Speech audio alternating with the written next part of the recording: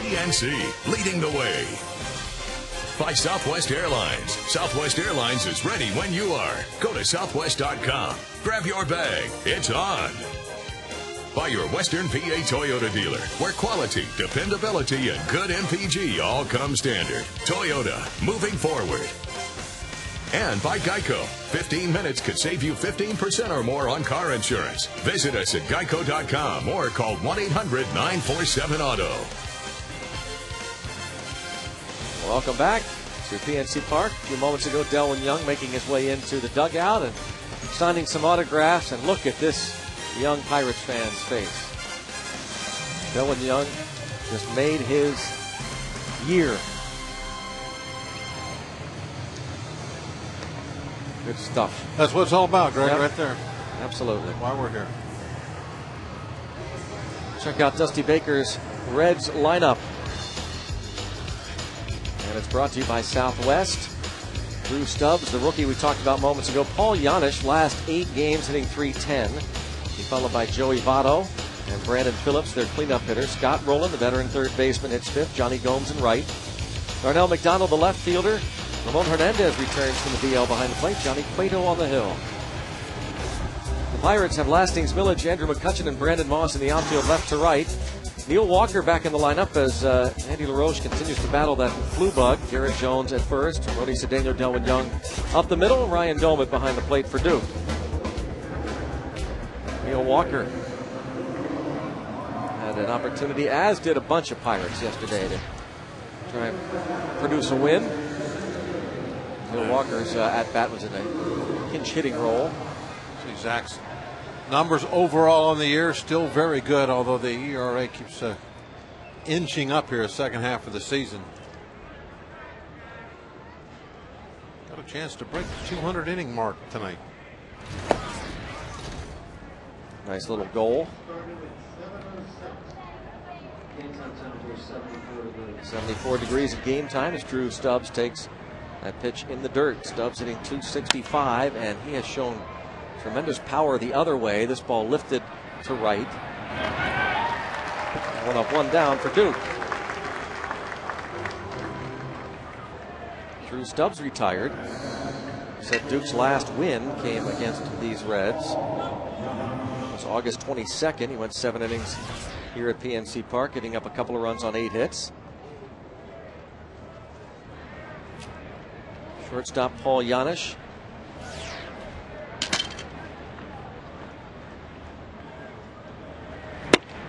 These Reds have gone through a little bit of a transformation this year.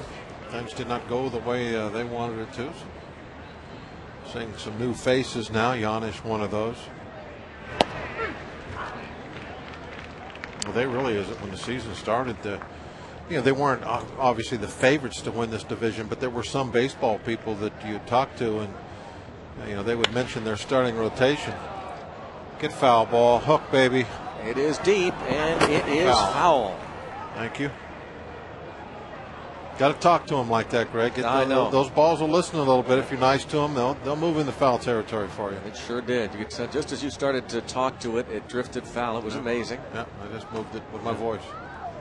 But anyway, a lot of baseball people, they would talk about their starting rotation that they put together in Cincinnati and thought that they had a strong chance to win the division. Well, that didn't happen. A number of reasons, some injuries, some performances that weren't up to snuff, and they end up having a poor season and are now directly in front of the Bucks in 5th place. They've had a lot of guys hurt, but and most importantly, the 2 Dominican dandies being out. Edinson Volquez out for the rest of the year. Johnny Cueto spent some time on the disabled list.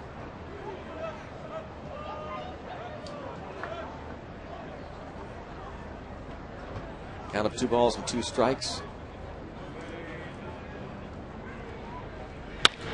And back to Duke. 19 players made 21 appearances on the Reds disabled list this year. 19 disabled players, the club's highest since 2003. 7 Reds still currently on the DL. As I said, Johnny Cueto spent a couple of weeks on the disabled list, so injuries have played a role. why the Reds are 69 and 81. The Pirates at 56 and 92. Of course, the Reds' Dusty Baker will get no sympathy from John Russell and the Pirates in terms of that one-loss record. Pirates have lost 20 of their last 23 games. Absolutely in desperate need of a few wins toward the end of the year. And a nice 1-2-3 inning for Zach Duke.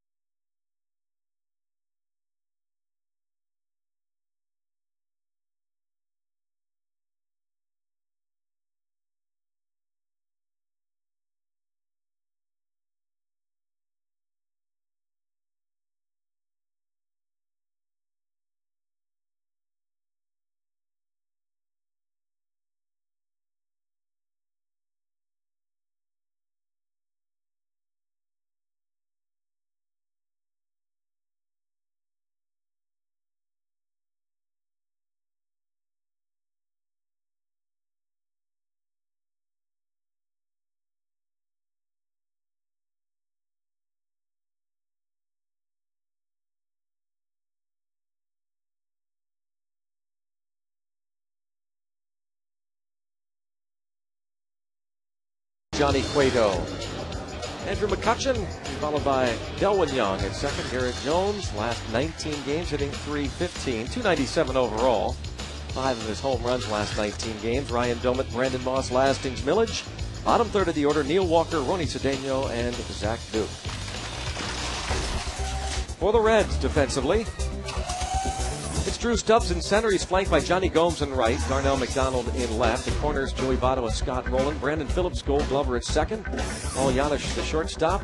Veteran catcher Ramon Hernandez for Johnny Cueto. His numbers on the season. He's still able to make 27 starts, even though he was on the DL for a while. Made 31 starts last year. Finished with a .481 earned run average. Still just 23 years old.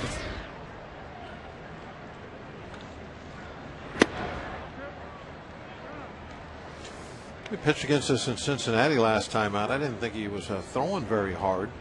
I think it was his first start since the DL, and then by about the third or fourth inning, he was throwing 95. He really turned it on late. Oh, there's a drive deep to left field. Andrew McCutchen, a bomb. Andrew McCutchen gives the Pirates a 1-0 lead with the leadoff home run. The rookie center fielder McCutchen with home run number 12. Not much doubt about that blast.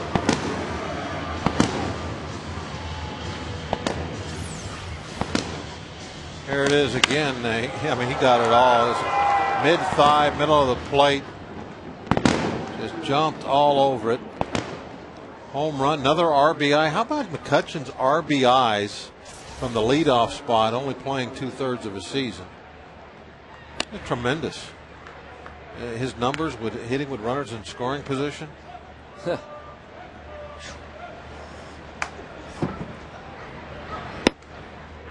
Fastball comes up empty, and with that run, 1-800-SAFE-AUTO reminds you you're safe at home with Safe Auto, proudly supporting the Obadiah Cole Foundation for prostate cancer screening and awareness. Early detection is the cure.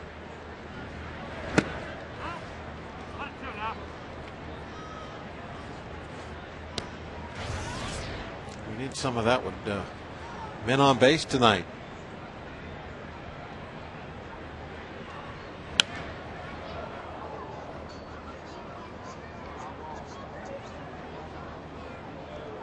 Bob's Rivers Casino tips to win. Well, they've given up 114 first inning runs now with that home run. That's the most in Major League Baseball. So, I mean, they like to give up runs early, so go at them. You know, hit them with a broadside. At 1 run for me, that's not enough. Let's get a few more. And the other, don't leave any shipmates behind. I'm referring to all the men we've left on base of late. We got to start getting some hits with runners on. Take advantage of situations. We got one big hit yesterday. Roller to Yanish. Delwyn Young is retired. Andrew McCutcheon, who just hit that long home run. He had a big gap shot double with a couple of guys on last night. That's the type of hitting we need to see more of. 114. That's a lot of runs. Of course, the Pirates are up there amongst the leaders themselves. But our first inning is over. We can't add to that 99 mark tonight. McCutcheon hits his first home run since August 31st. It was the second game of that day-night doubleheader in Cincinnati, and it was against Johnny Cueto. So it took that long before McCutcheon hit his 12th, and it was Cueto once again who served it up.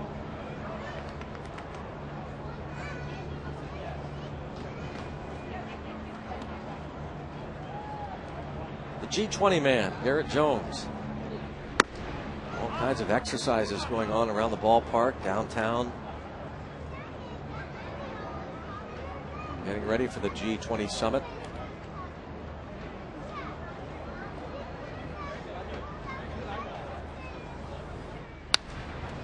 Two and two, the count on Garrett Jones. That's where it will be held, the convention center.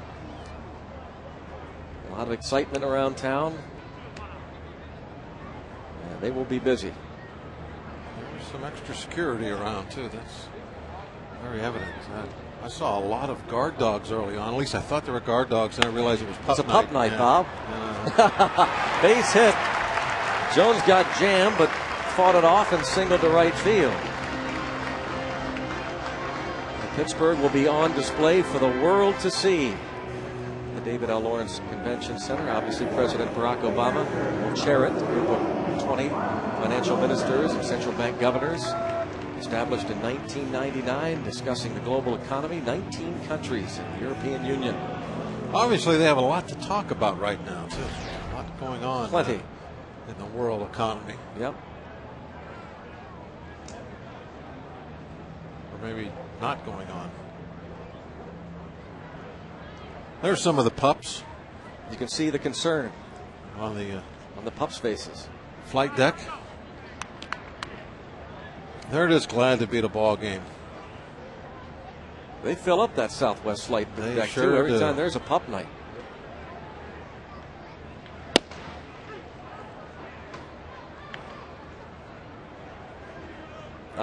Somebody told me that maybe it's in San Francisco, but one of these places that does pup night, Bob, rather than shoot off fireworks because it can scare the dogs, they do like a recording of dogs barking instead of fireworks, because sometimes dogs really get frightened by the fireworks. Dogs out. Yeah, rough.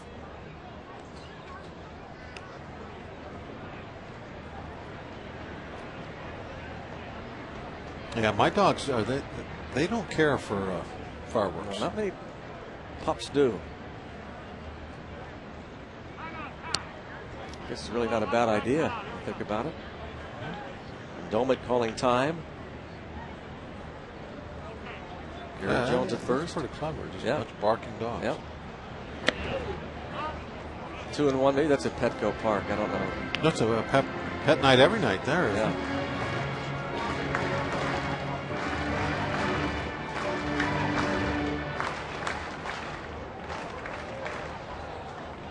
Any your relative dogs out there? No, but thank you for asking. Well, I know last time they had a big banner saying hi to Uncle Greg. Yeah, my nephews are not here tonight. I think it was sold out. They tried to get tickets.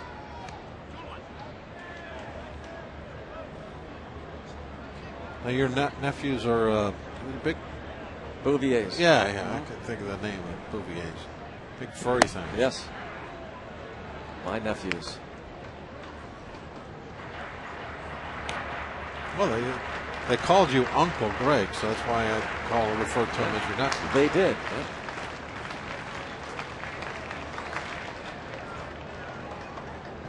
I bet you a lot of the dogs get to go to the beauty parlor earlier in the day, anticipating their trip to the ballpark. Scott Rowland makes the easy play.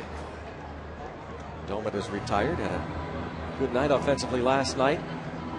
Scott Rowland, the veteran Gold Glover, over at third base, wearing a Cincinnati Reds uniform these days. Came over in a deadline deal with the Toronto Blue Jays. He is still awfully good over there. And the river's being patrolled, as we said. There are all kinds of exercises going on today. And not our normal boat traffic out there tonight. And it's just the beginning.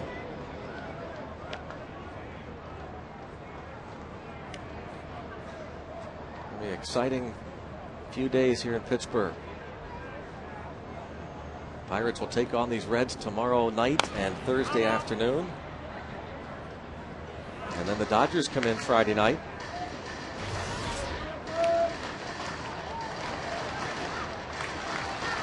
Well, the Reds have held Brandon Moss in check this season, as you see. A 172 average on the year. The Reds have done a good job against Pittsburgh this season, winning 8 of the 12 games played.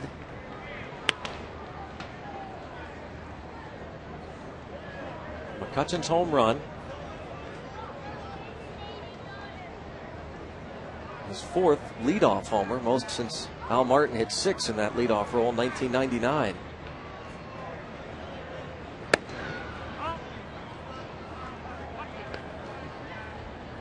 But you have to believe that if the Pirates are going to turn the corner and start to truly contend in the division and think about postseason, that McCutcheon is going to be in that 3-hole. Maybe as early as next year. That'll be interesting. It's popped up. Shortstop Janisch with the play. Moss pops up to the shortstop. For now, he's the leadoff man, and moments ago, his 12th to give the Pirates the early lead against the Reds here at PNC Park.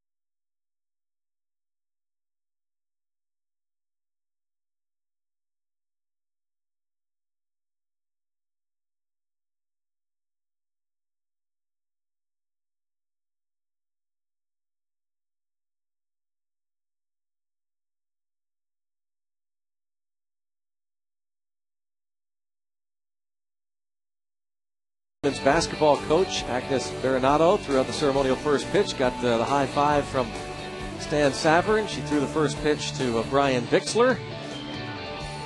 Got the job done, and she has been getting the job done and then some as the head women's basketball coach at Pitt. What a job she has done. Earned her 100th win at Pitt against WVU last season. 25 wins last year, school record.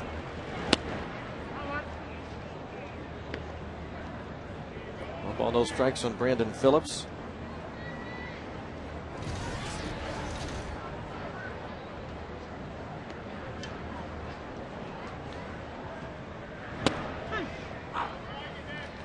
Phillips with 20 homers, 90 runs batted in.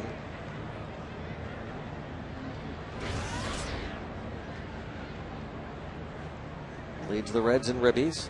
Look what he's done against the Pirates. If you saw those numbers, but they were real good. They'll go down now as Duke fires to first.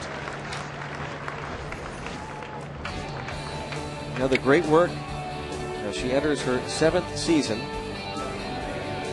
Agnes Marinado, head women's basketball coach, 4 straight 20-win years. School record 25 wins last season, 4 straight postseason appearances, made the Sweet 16 back-to-back years.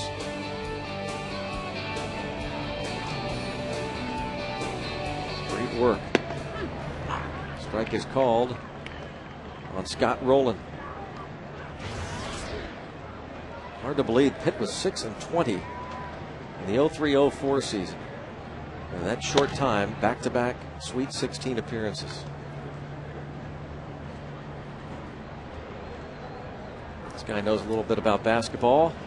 The Hoosier, Scott Rowland.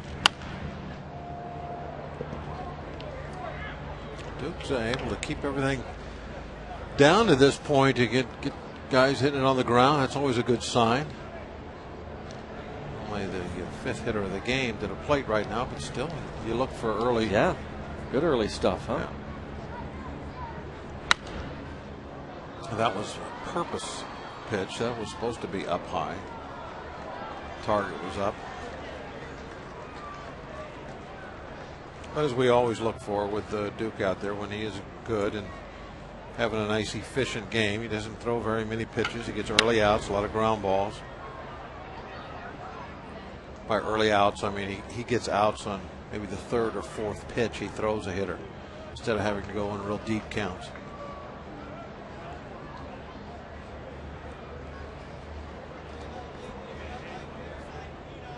But he doesn't strike out a lot of people. He uses the defense.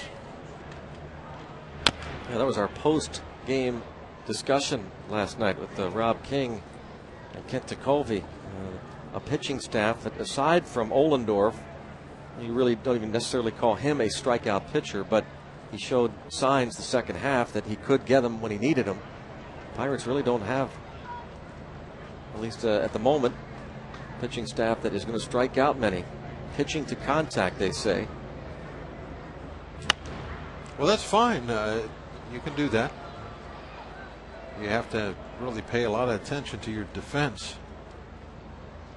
Very important, not only in the infield but everywhere. If you're going to have, that type of a pitching staff, got to have outfielders that can go get the ball and infielders with hands and range.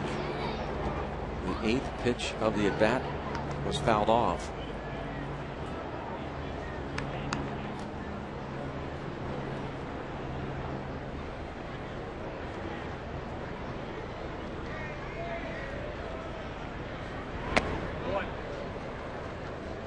Count 2-2 on Rowland. We knew this was going to happen, so we start bringing up his efficiency and pitching to contact. That Rowland would take a week and a half to get a ball put in play.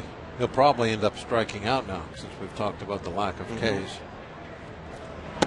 Oh yeah, there we go, right on the inside corner. Who didn't know that was coming, huh? What do we have there? A 10-pitch strikeout? Yeah. Never fails.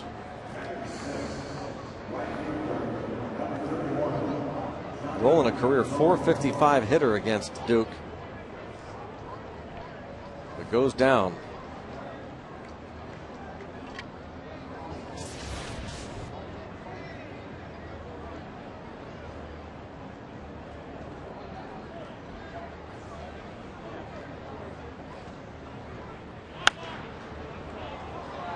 Out of play.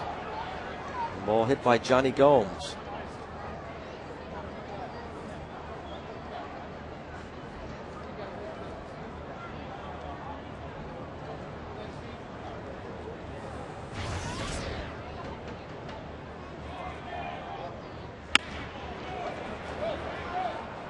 Gomes thought that was going to be a foul ball, so he stood and watched. But he'll still get to second base. Ball caroms away from Millage. Well, if Millage would have got a better bounce off the wall, he would have been challenged to get to second base. Millage would have come up firing. Look, Gomes is not running and now decides, oh, I guess it is going to be fair. That was fair by plenty. I don't see whether there was any question. If Millage gets that glove down in time and stops that ball, he's got a chance to blow him out.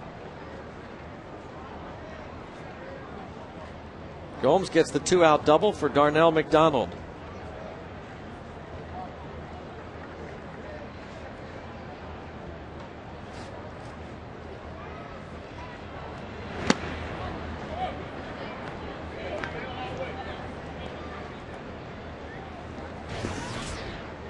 McDonald, the 30-year-old rookie, former first-round pick of the Baltimore Orioles in 1997.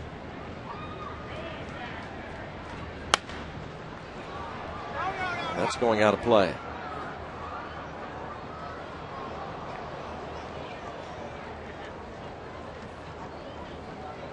Don't ever give up. It's a long time to hang around.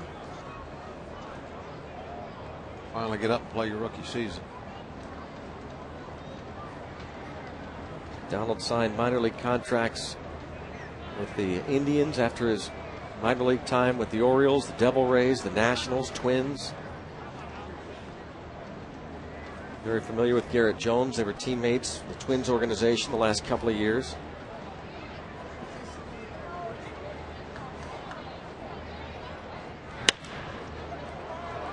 A drive to right field. Moss will get there. Reds strand a man as McDonald flies to right. 1-0 Buccos.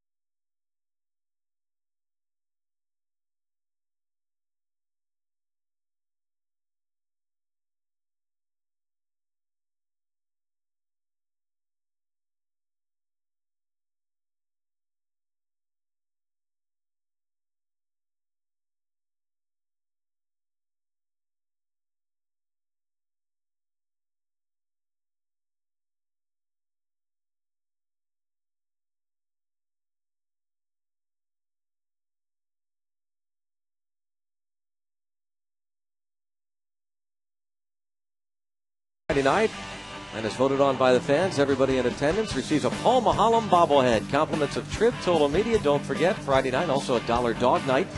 Compliments of Sugardale and Saloni's Italian Bread. Also check out the College Cove. All kinds of stuff happening Friday night. Call 1-800-BUCKS or visit Pirates.com. Game 1 of the 4-game series against the Los Angeles Dodgers. And as fate would have it, Paul Mahalam scheduled to start Friday night. That'll be a neat treat as Duke greets Brandon Moss for making the catch in right field. Here's Lastings Millage against Cueto. Nice play by Moss. Had to run that one down. It was hit well. There was no change in direction. He took a nice route to the ball. Ball strike on Millage. Batting average keeps climbing.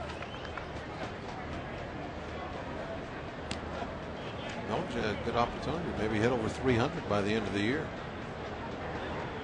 Not too much further to go. 289 combined with Washington and Pittsburgh, and 307 in his 45 Pirate games.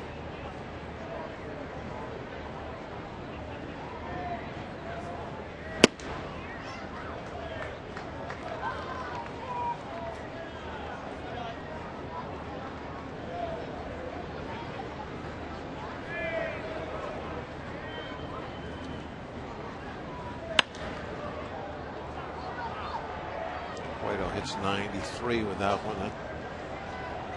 That's more like what we saw from him last season. 93, 95, right in that range. Really a great young prospect. That ball hit to center.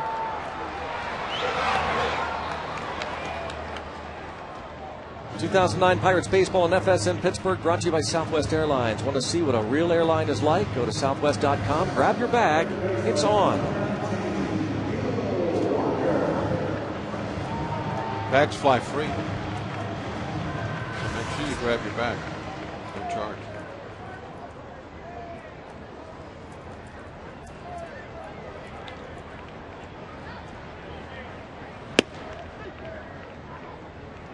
Neil Walker. Andy under the weather. Neil getting another opportunity. Get out there tonight. It's a 4 fly or 5 ball to at center. bats. Back. And that's going to be tough. Stubbs a fine grab to the wall in center. That fooled him a little bit. Now there was a definite change in direction. He did not take a direct route to that baseball. He runs laterally and then has to peel back. Going sideways right about now. There he runs sideways, and right now, right there it is. You can see it perfectly. He had to, just about as he hit the edge of the track, make a hard right, go straight back to the fence.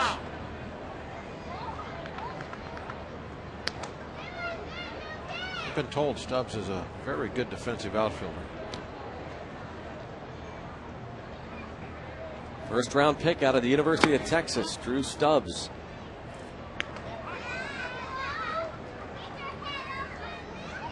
Got a handful of first rounders.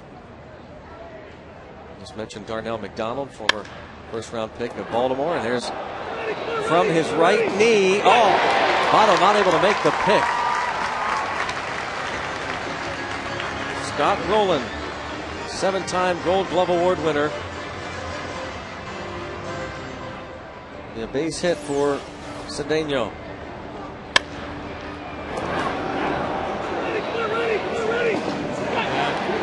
You know, if maybe not. I was going to say, if Earl had to do over, maybe he'd try for one of those long hops instead of trying to put it there and on fly. But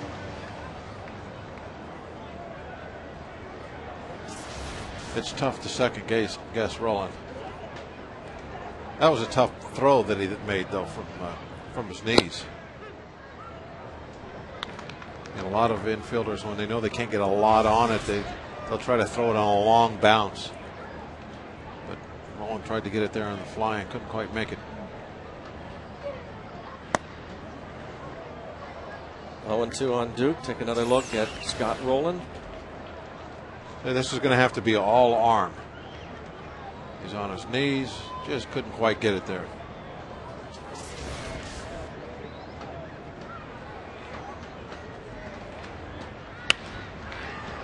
Duke pops this ball out of play. 0-2.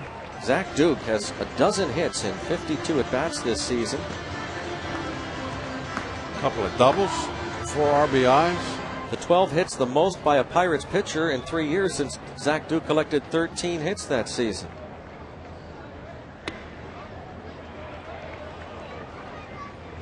Scoots away from Hernandez momentarily. He had a beautiful swing.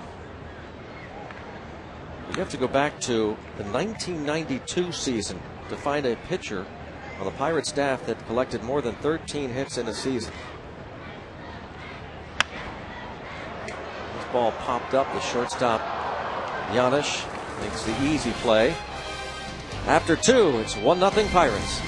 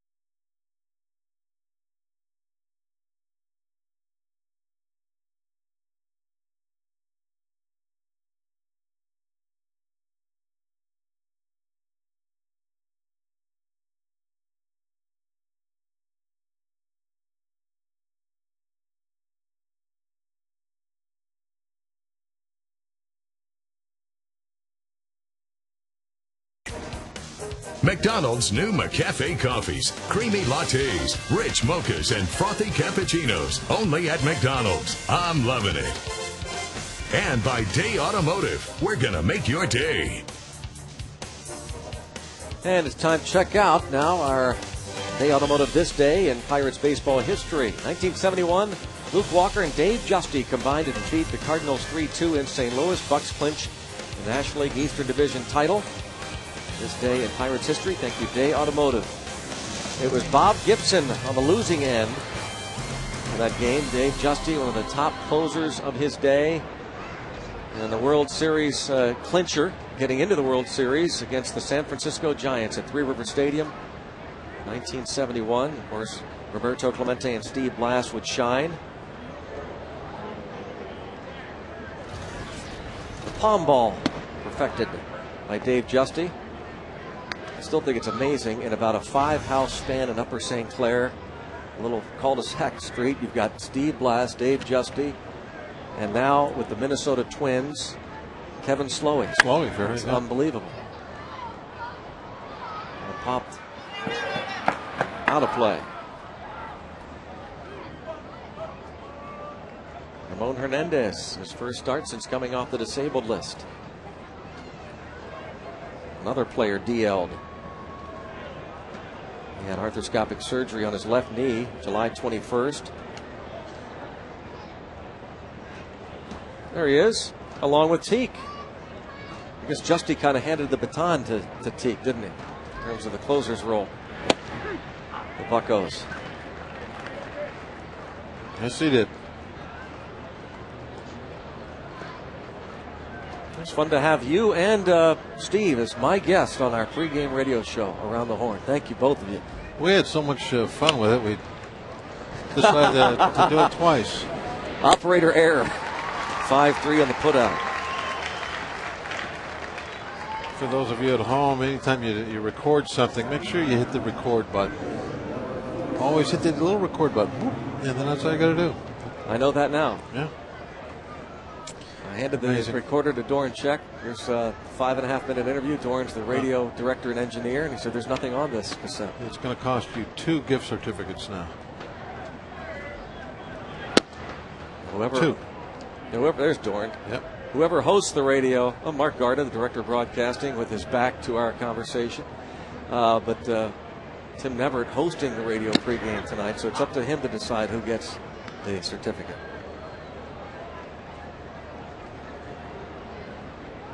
Winding down the 2009 home schedule.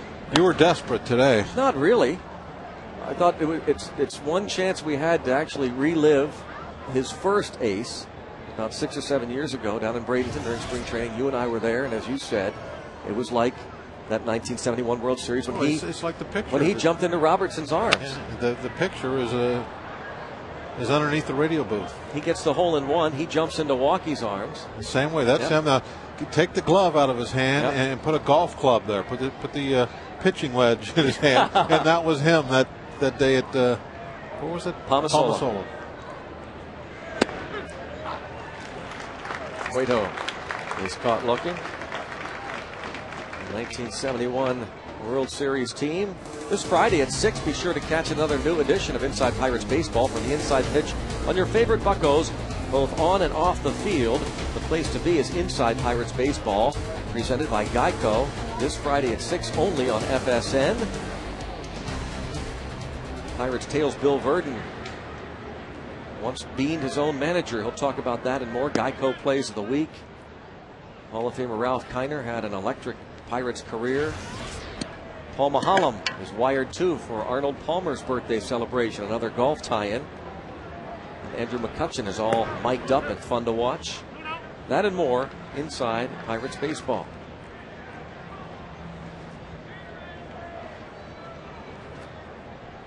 .2-0 count on Stubbs. That ball really went down quick. 2-0 count. I think he threw a 2-seam fastball and really had the bottom fall out of it. You get movement like that, you're going to get nothing but ground balls. that, I believe, was changeup.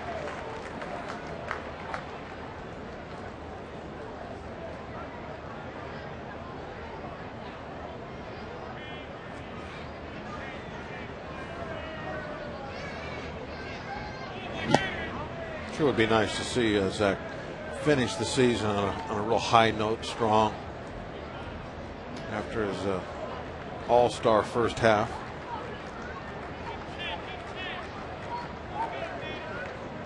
Try to see if Zach Duke can put up a bunch of zeros, but here goes Drew Stubbs once again.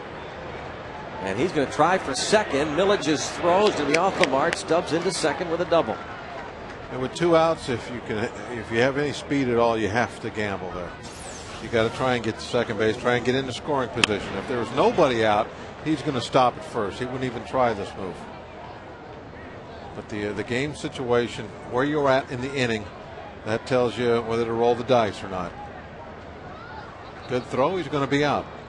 That ball's right on the bag, he's not going to make it. But the throw is wide, so he's in there. Simple as that.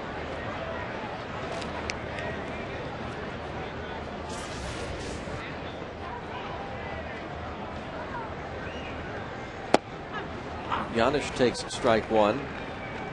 The reason you want to gamble with 2 outs is if you're at first base, it's going to take 2 singles to score you. Chances are the other team's going to get an out, the third out, before you get your 2 singles. So that's why you take a gamble and try and get into second base. Now it's only 1 single to score you. And you probably have, well, if the guy's a 300 hitter, then those are pretty good odds that you're going to score a run. If he's a 250 hitter, it's 1 out of 4 you're going to score a run. That's why you try to get there with 2 outs, even if you might get thrown out. And it's why you don't take the gamble with nobody out, because now you're trying to build an inning, maybe even a big inning where you score more than just 1 run. So don't run into an out at second base when you're just hopefully getting started on something. But that's all about the strategy of base running, the scoreboard, how many outs there are, where you are in the game, all those things, those variables, that dictates, and your own abilities as far as your speed, that dictates on what you try and do, what kind of risks you take when you're running the bases. And Stubbs' outstanding speed.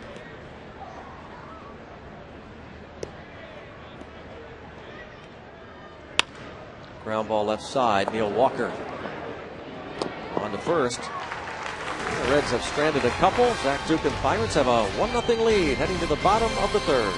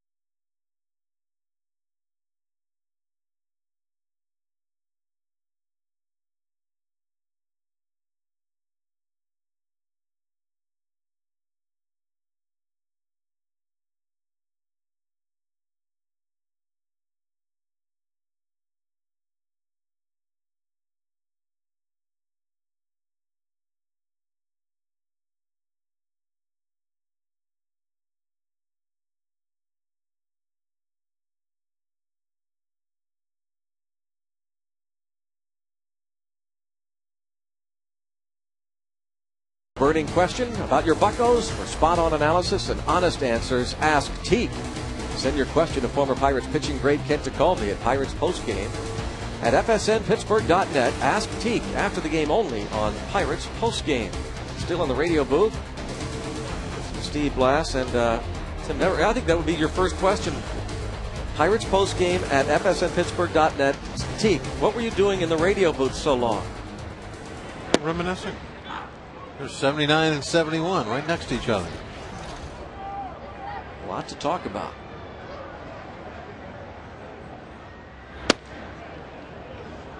Both of those guys on the mound. The last two World Championships were won. Hey, yep. Great point. McCutchen backhanded by Giannis, and he pulls Votto off the bag. Votto not able to make the stop. Another hit for McCutchen after the home run to start the ball game for Pittsburgh, giving the Pirates a 1-0 lead. McCutchen begins this inning with a base hit. Yeah, McCutchen's got great speed, but Giannis he's got to make that play. If he makes an accurate throw, he's going to be out by at least a step. Well, look how far up the line that ball was. Down the line, I guess you'd say.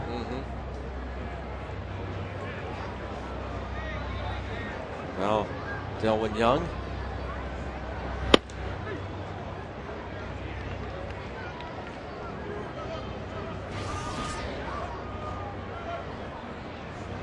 Cueto tough to run on. Only 6 times has an opponent even attempted, and 4 times the runner has been caught. It's all about how quick you can get the ball in your catcher's glove after you've made your first move. Cut that down to about 1.1 seconds, 1.2. They're going to be tough to run on.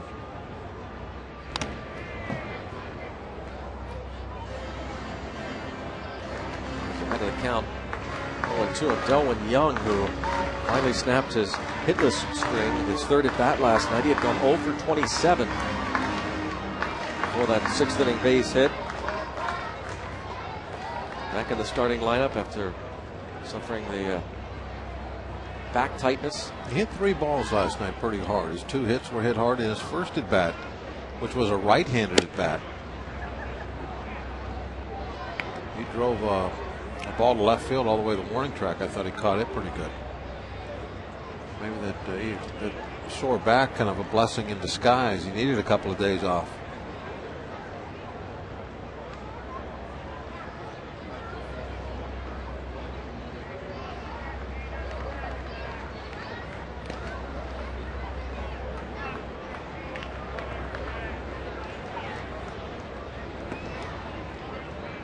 Still no certainty that he will be at second base at the start of the 2010 season.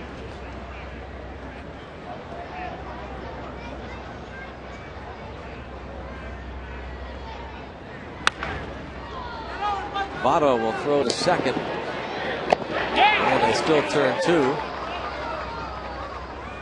as Cueto gets over there. Oh, that was a pretty good defense by everybody involved. Votto really got the ball to second base extremely quickly. Comes way off, throws off the wrong foot. Didn't even take time to get his feet set. Just flicked the ball. Perfect strike. Good return throw, and Cueto, he makes it all work by getting over there in plenty of time to get set up. Take that throw a little kind of more like a first baseman. You don't want to try and get that throw on the run. A lot of shortstops, if they think they're going to have to hit you on the run, they won't even throw it. They don't want to take a chance of the ball going in the stands and getting a runner in scoring position. But if you can get there fairly early to where they know that you're going to set up to make a good catch, then they're going to give it a shot. And this ball lined into right field. Garrett Jones will get into second base with a double. So Jones really hesitated for just a slight second at the batter's box, but he's got himself a 2-for-2 night. That ball was smoked hard. Well, he plays out in right field. He should know how easy it is to hold a guy to a single if you get a good bounce off the Clemente wall.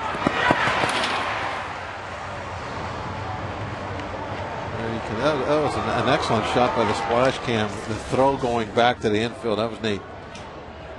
See how far that is. 19 doubles.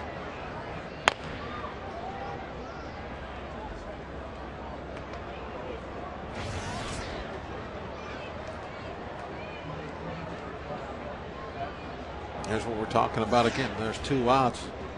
You got to go. You can't worry about getting thrown out when somebody gets a good bounce off the wall. There's 2 outs. You got to go to second base. If they get you, they get you.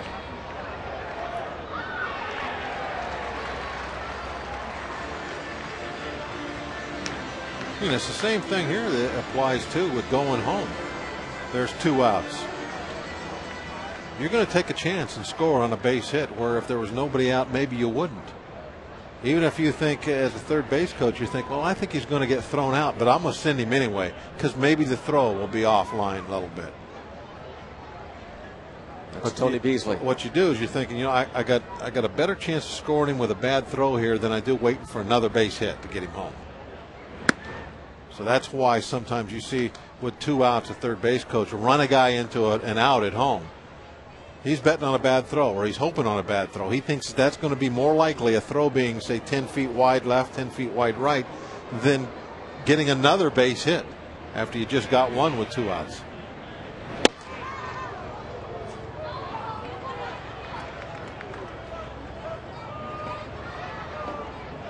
Two and 2 on Domit with Garrett Jones at second.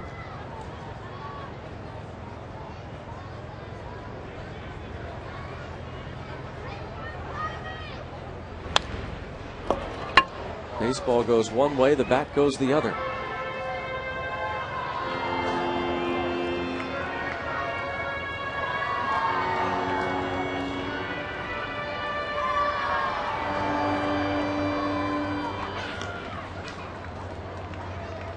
Three hits and 5 at bats for Domit in last night's game.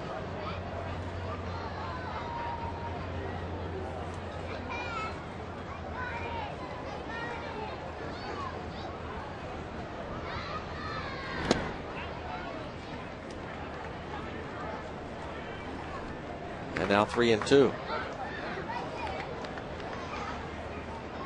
Brandon Moss would be next.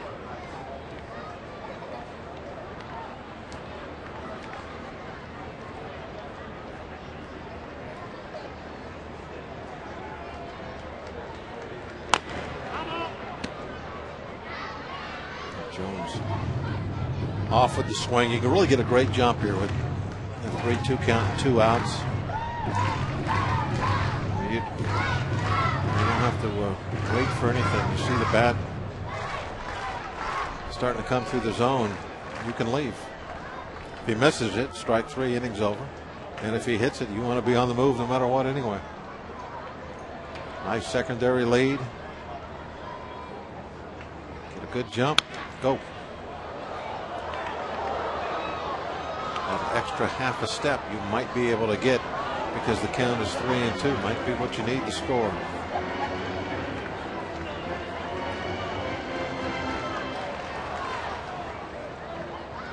And there's 162 games, and you got to do this night after night after night. That's why there's the occasional base running blunders. Is every now and then you forget.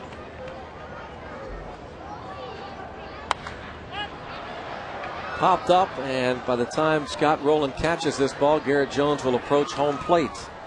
That is the final out. Pirates lead 1, and they lead 1-0.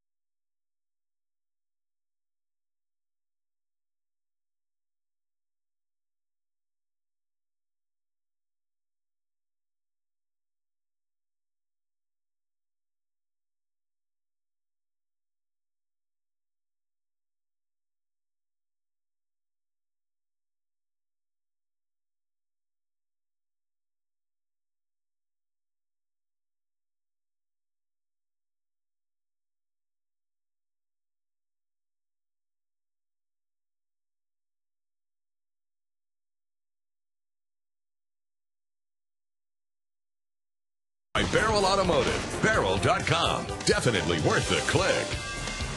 And by Aflac. We've got you under our wing. Back at PNC Park, time for the Aflac trivia question. Only 2 players to hit 20 or more homers in a season without hitting any before July.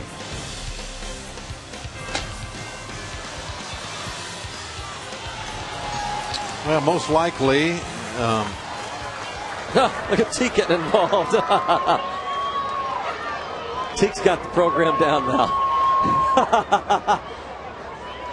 That's when the parrot doesn't do a good job of getting the hot dogs into the booth. I think Teak wanted that hot dog. Yep.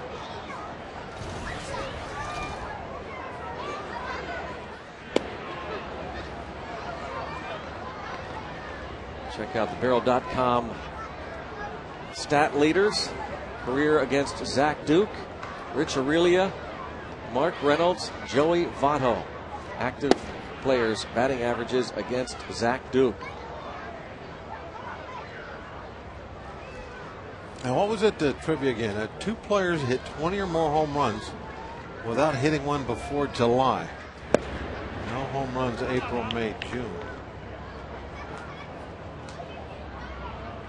Well,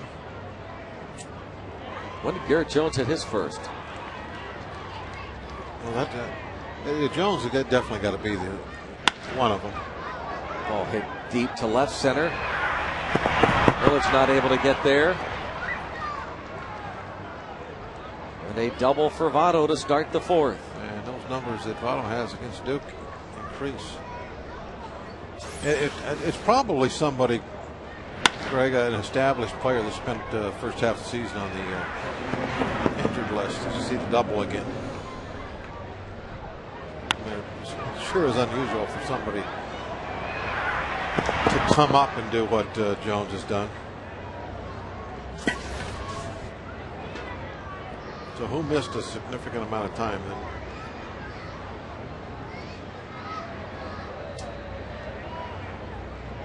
Alex Rodriguez, was he ever hurt for like half the year?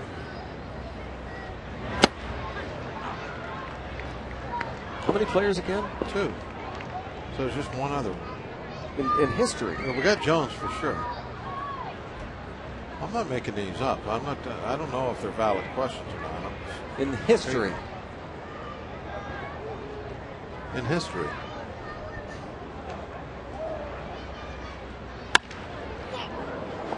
Nice little play there by Ronnie Cedeno to retire Phillips and keep Votto at second. Oh, wait, no, that says in 2009. I'm just kidding. No, it's history. Oh, and we've got the answers here, too, I just saw. Well, why did you read the answer? It's right there. Yeah, but you're supposed to pretend like we can't I thought read they were going to start giving us these questions without the answers. Well, they have, but today, for some reason, they put the answer on there. I don't know why they did that. So it's 2 players to hit 20 or more homers in a season without hitting any before July in history. Okay. Even though we know the answer, we'll pretend. Well, it's no fun now to take guesses.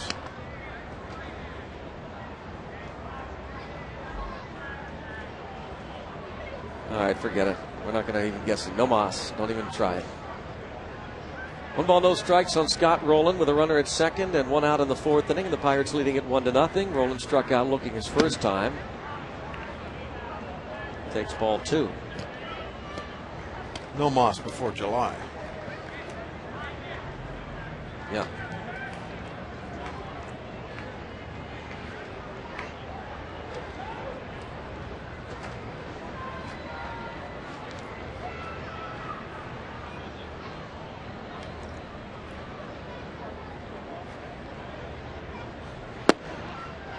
Three and 0.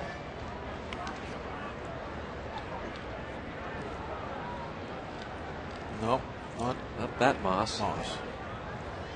A different moss, perhaps. A lot of varieties of moss.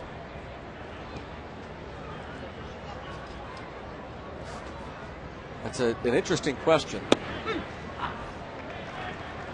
And I'm going to guess that most wouldn't have a chance of getting this guy before our hint. I mean, would you have ever gotten Never. I mean, come on.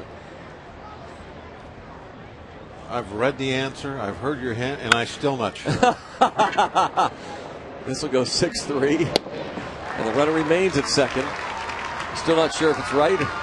Still not sure of just the answer. I'm still confused with the question. That's pretty amazing. I agree.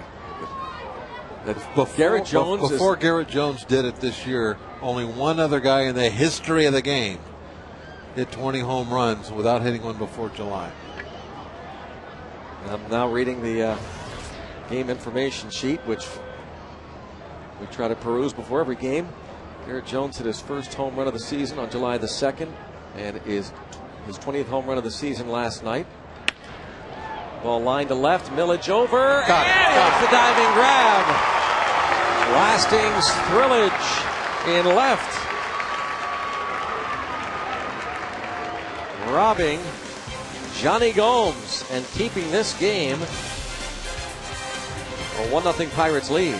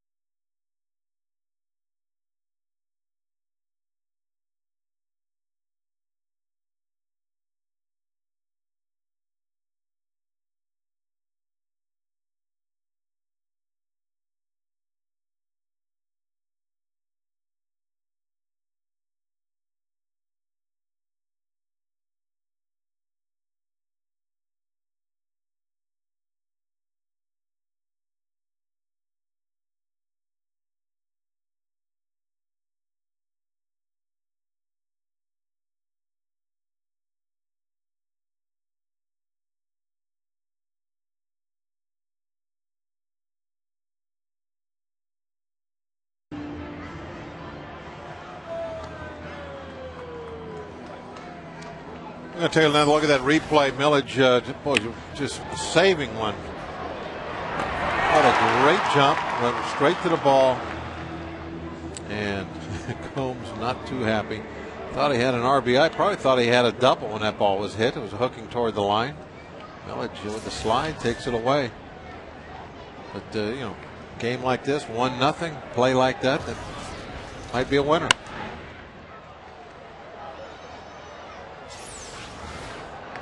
Back to the dugout. Zach Duke there to greet him, along with the rest of his teammates. The way things are going to be going for the Bucks, it seems like they have to make every play like that presents itself for them to win a game. Got to play perfect. They certainly have played just about perfect tonight.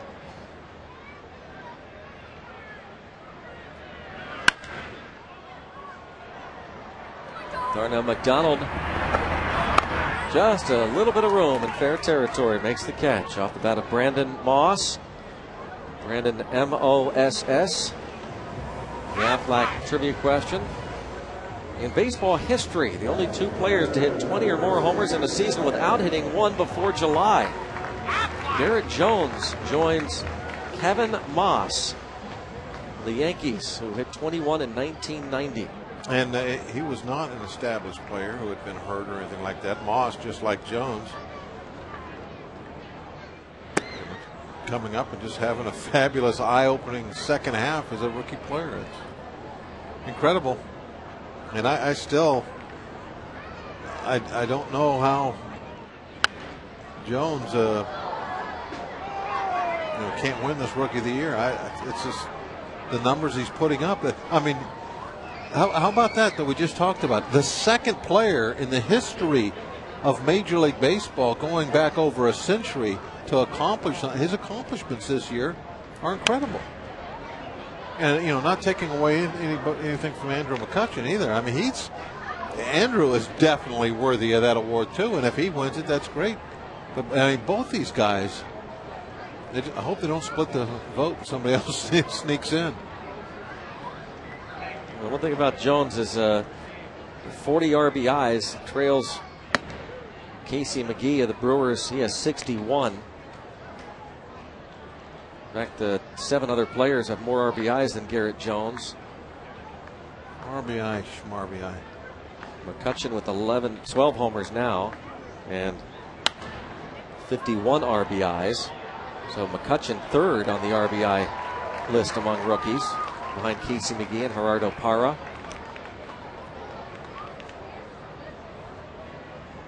No, that's all going to be part of the argument. And of course, you still have to take into account Jay Happ of the Phillies, Tommy Hanson of the Braves. He's still stuck on 10, isn't he, Happ? He and Hanson, yeah, and Randy Wells with 10, and Millich has himself another hit. By the way, Kevin Moss in 1990 finished second in Rookie of the Year. Really? Voting Sandy Alomar. Well, the Indians won the Rookie of the Year that year, 1990. Well, that's good to know. That's why they pay you the big money, right? Just spank that one back to the middle. He keeps getting his hits. Neil Walker, fly ball to deep center field in the second, sent Stubbs back to the wall.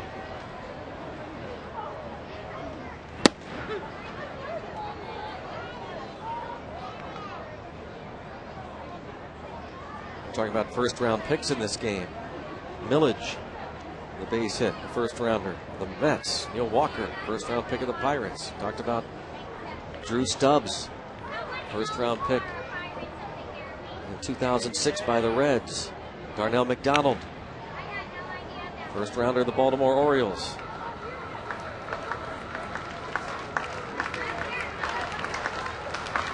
There's Darnell McDonald. McCutchen, first rounder, of course. A lot of first rounders on the bench, too. Jay Bruce. Yeah. He was same year as McCutchen, wasn't he? Yeah.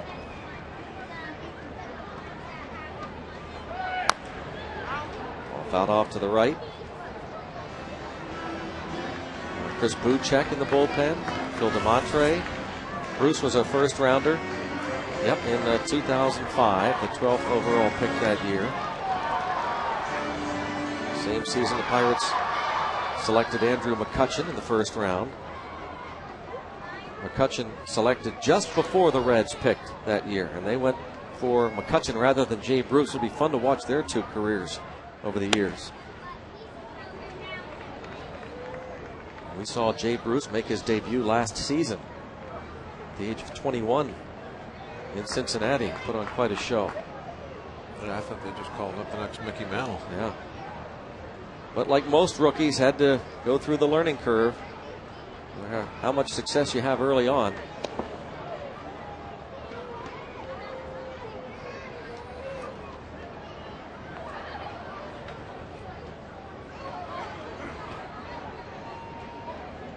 Millich gets back. Lastings Millich, the first round pick.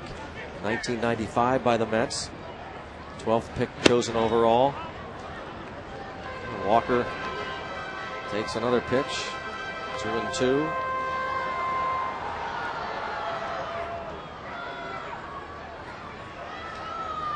Neil Walker, first pick in 2004 by the Pirates.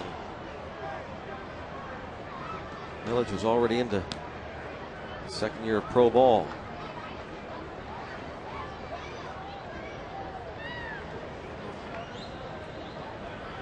Millich chosen in the first round in 2003 by the Mets.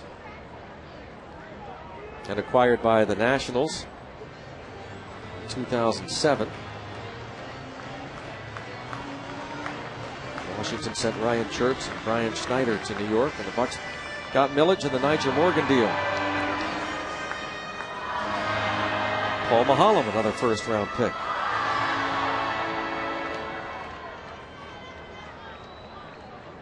But that doesn't guarantee them success, does it? It's because they're first-round picks. Now, it does there's a pretty lot, much guarantees they're going to get a longer look. There's a lot of them here, but there's also a lot of them that never were here. Yep. No guarantees. And same thing for that guy that gets picked 40th round. There's some of those bouncing around too.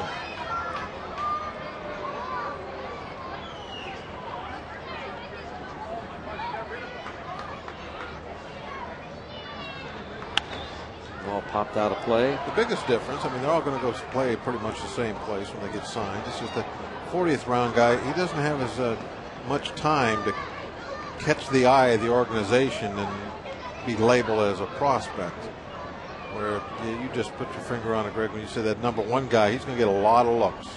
They're going to invest a lot of money into him. They're going to invest a lot of time into him. And then they'll go with him for a number of years before they say, hey, we made a mistake. Yeah, not just the one team. I mean, first rounders will bounce around, as evidenced by some of the guys we've mentioned that are on the Pirates roster that are former first rounders of other teams. They'll get a lot of chances with other teams. The high draft picks do have advantages, but it really doesn't mean anything as far as can you get to the big leagues or not. And the other guys are going to get their luck also, but they got to do something a little quicker. Brad Lincoln, a first-round pick in 2006 out of the University of Houston, 4th overall choice that year by the Pirates, who missed all of 2007 after undergoing surgery. Neil Walker misses the changeup with a strikeout. He is playing in the World Cup, as is last year's number 1 pick, Pedro Alvarez. And Brad Lincoln was the winning pitcher, defeating Venezuela in Florence, Italy, 6-3. 6 2/3 innings, 2 runs, 6 hits, 3 strikeouts. He walked 3. Started the year Double-A Altoona, was phenomenal. Got promoted to Triple-A Indianapolis, and Brad Lincoln now playing for Team USA in the World Cup. And Pedro Alvarez just keeps hammering the ball. He's putting on a show in the World Cup. Another home run for Pedro Alvarez. Can't wait to see him. They could use that offense, that's for sure.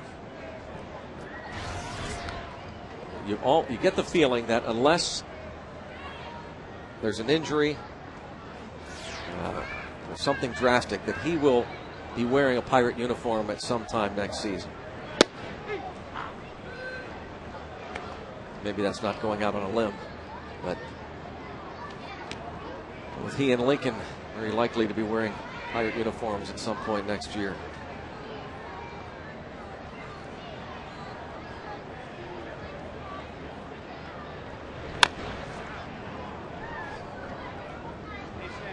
One ball, 2 strikes on Ronnie Cedeno. Well, both those guys could have a huge effect. I mean, is there anything more important than a premier starting pitcher and a big bopper, a cleanup hitter?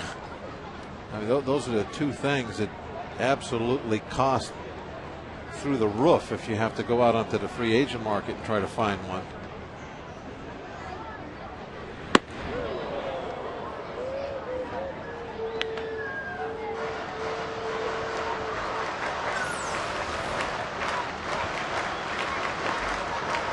Up and in job.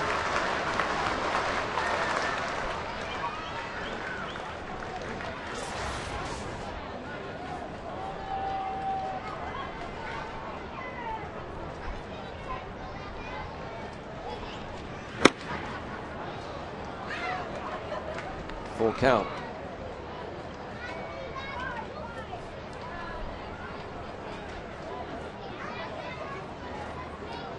Cedeno wearing number 13. Common number among Venezuelan shortstops especially. Ball popped up and headed toward the seats. Just out of room. Out of the reach of Joey Votto. I believe that one of the Pirate shortstops that wore number 13 from Venezuela is also here. Infield coordinator Carlos Garcia is in the dugout. He's one of a few coaches from the minor leagues on hand and helping Perry Hill, the infield instructors. Former Pirate Carlos Garcia wore that number. There he is. Now an infield coordinator in the Pirates organization. He hit the 8,000th home run in Pittsburgh Pirates history. April 13th, 1996. Came up in 93 along with Al Martin.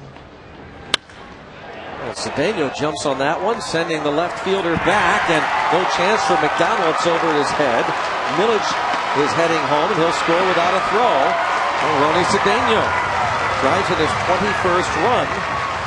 And this is 45th Pirates game, and the Pirates lead 2-0 in the fourth.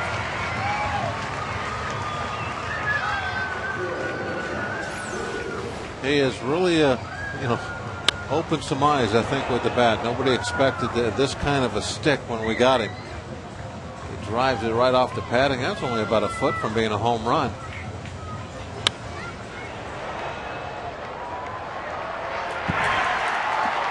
Now he's coming around the bases.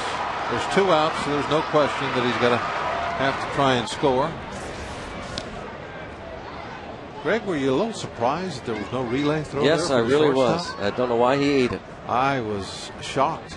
There's no reason not to throw home. I'm sitting here thinking, well, a good throw is going to get him, but he's got to try it anyway. There's 2 outs. That's what I'm thinking as I'm watching the play develop. And no throw.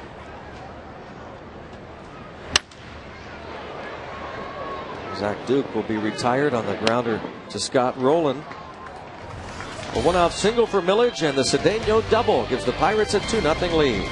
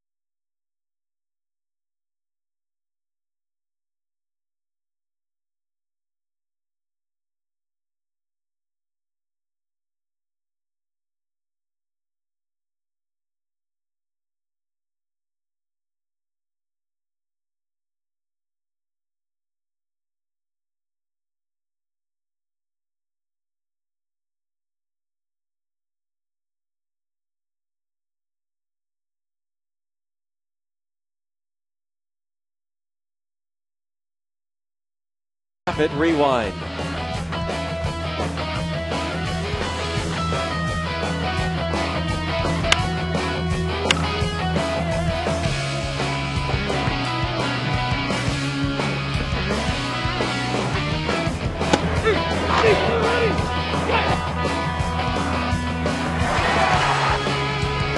AT&T, the nation's fastest 3G network. AT&T, your world delivered.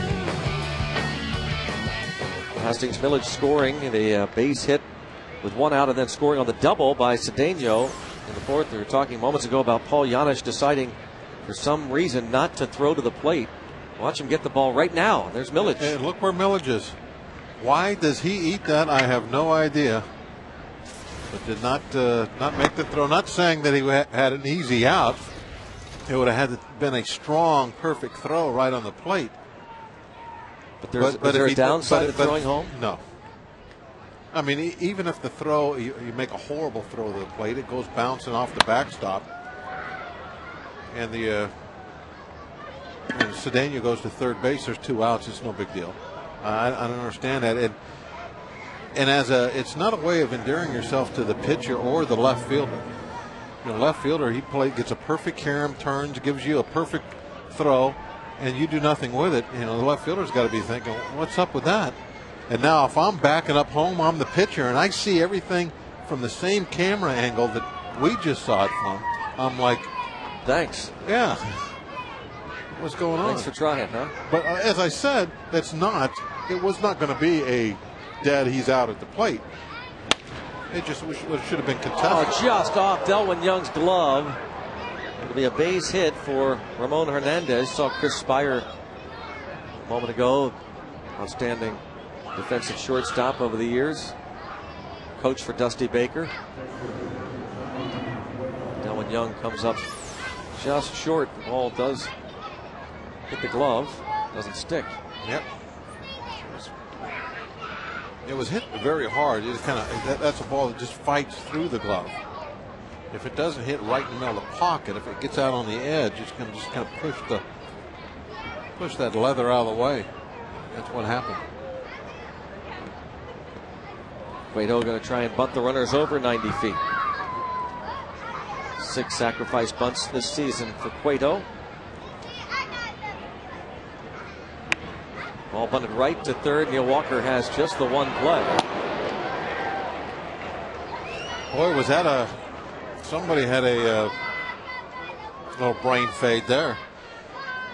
Walker thought, Walker's got the wheel plate. Look, there's nobody in third. It doesn't matter if he bunted the ball or not. The runner is going over. In fact, if Cueto was real sharp, he would have taken that pitch because there was no reason to bunt because there's nobody at third. The runner at second base could have just walked over to third base. I don't know what happened. They messed up the sign somehow, but Cedeno went to second base and Walker charged. It looked for a minute as Duke was about ready to deliver that Cedeno started to sprint toward third.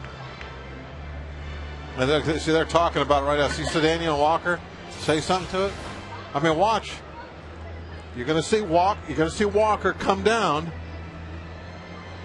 And right now, what keeps the runner from going to nothing? If that ball would have been taken for a strike, the runner still moves to third base because there was nobody there. You never know who got the sign wrong. Was it Walker or was it Cedeno?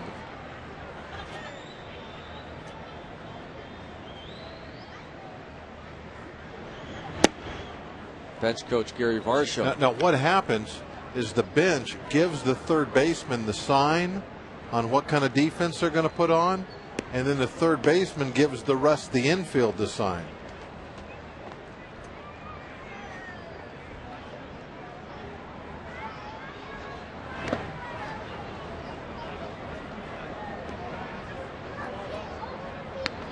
Stubbs 1 for 2. Normally, too, the third baseman will actually walk toward the mound and tell the pitcher what's going on because they don't expect the dummy pitchers to be able to look over there and get a sign. Nor should they. Obviously, that always irritated me. Like everybody else in the infield can see you, touch your shoulder. I can't. You have to come over and tell me.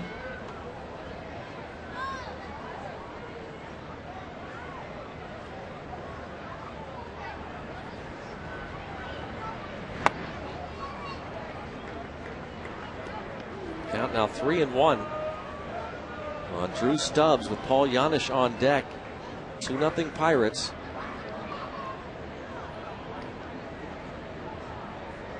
Stubbs has been quite an offensive force since his call up. And he draws the free pass to load them up for Janisch, who's grounded out twice. Duke will get his fair share of double play balls. Yeah, this one right now, that ground ball. He's done good work against Paul Janisch. 0 for 2 today, and Janisch 0 for 8 in his career against Duke. Twice he's grounded out tonight. Bouncing back to the mound and hitting a ground ball to Neil Walker. Now, Stubbs at first base has great speed, and he's going to be able to get a huge lead. It's going to be tough to turn that ball at second. Dribbler in front of the plate. And so tagging the plate now. Dolman comes to first, and the ball gets away. and the run will score as Garrett Jones tried to backhand the tag, and the ball came loose from the glove. It's 2-1. Now that was a good play by Domet. It was very smart. The ball's just sitting right there in front of the plate. See if he can get it and come back, step on the plate, get your double play that way.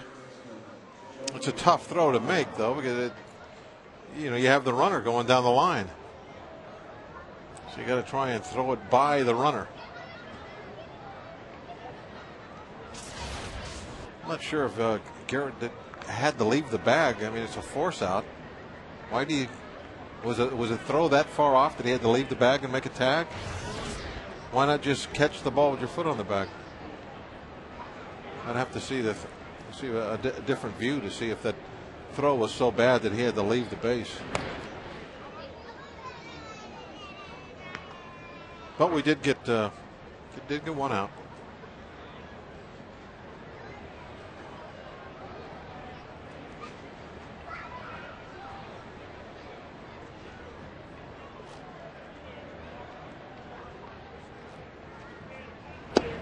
They're calling it an E2. I don't know why they would call it an error on Domet. Did the ball come loose from the glove from Jones here? Try to reach back? Well, that's why I want to see this throw. Was it a bad throw? No, right on the money.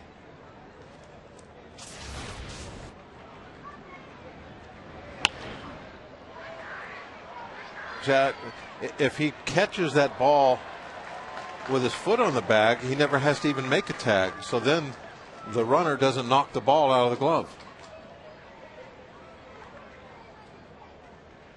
Now I can definitely somebody's got to get an error, but there's no way that's Domet's error. Yeah, I don't get that. It was a perfect throw, yeah. And to me it looked like he caught it, and then as he tagged Janish, the ball came out of his glove. See if that's what happens. Steps on the plate, the force, and fires now it down the line. He catches it and then makes a tag, and the ball's kicked out of his glove. That is not an error on the catcher. No, it's an error on anybody. It's an unfortunate error on Jones, but not on Domet. At any rate, this base hit will tie it. Votto just hitting it hard enough past third, and still a weak double, but it ties the game. Well, he does have the magic wand over Duke, doesn't he? Yep.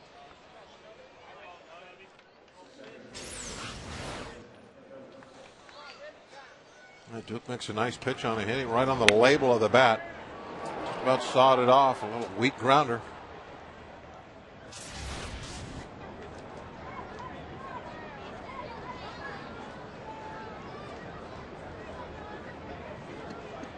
Janish to third, hit the dribbler in front of the plate.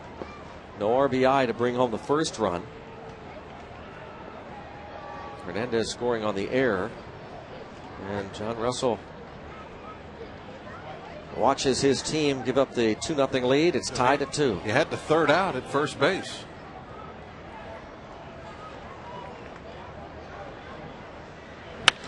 And a line shot will give the Reds the lead, 3-2, and now Votto being waved home, and he will score. It's 4-2. Brandon Phillips gets 2 RBIs and goes into second on the throw. Yeah, there's one of those 2 outs. You got to score Votto no matter what, even if he gets thrown out. And the throw does drift up the line a little bit. Phillips with a line drive right back through the middle. Now, if this throw coming in is right dead on the plate, Votto's going to be out, but it drifts. See, it drifts up the line. Domet's got to reach out there and catch it, bring the tag back. Votto can slide around him to the inside.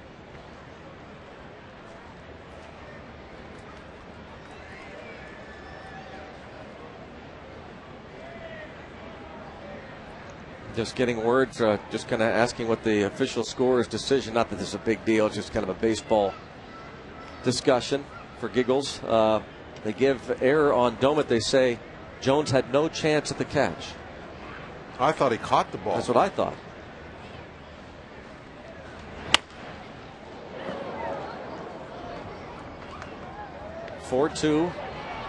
favor of the Reds. I thought he caught the ball and then it got kicked out of his glove by Janish's leg as he tagged him.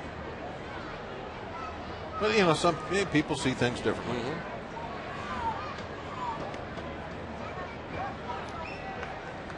4-2 Reds. Runner breaks. He'll make it without a throw. The stolen base for Phillips is his 25th. He's at third, and now once again, just you're an official scorer, all right, at home. Who do you give the error to? Domit gets the tag here now. The throw is right in his glove, isn't it? The ball was caught, and then he reached out and tried to tag Janish, and it got kicked out by Janish's thigh. That's the way I see it. Yeah. Fly ball to Millage in left, and it's over his head. And into the seats. Rolling the book rule double, and it's 5-2 Reds. You know, this inning was, it seemed like it was poisoned from the beginning when the Pirates were confused on the bunt defense. And that just, it seems like everything fell apart after that.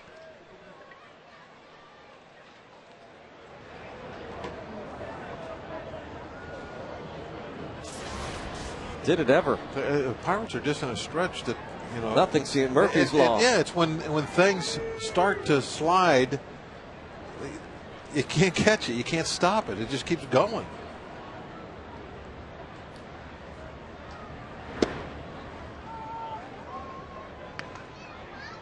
Johnny Gomes has doubled and was retired on a fine diving catch by Lastings Millage. Well, despite giving up 3 doubles in the first 4 innings, Zach Duke seemed to have everything under control.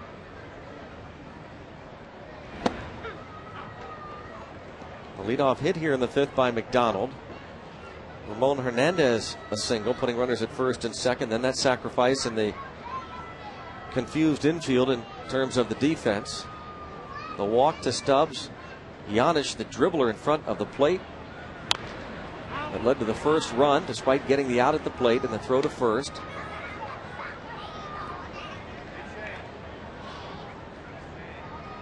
Votto, the slow double, just past third.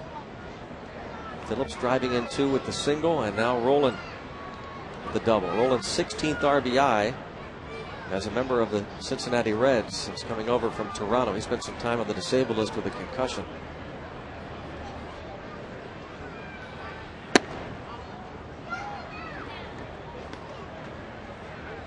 2-2 on Johnny Gomes.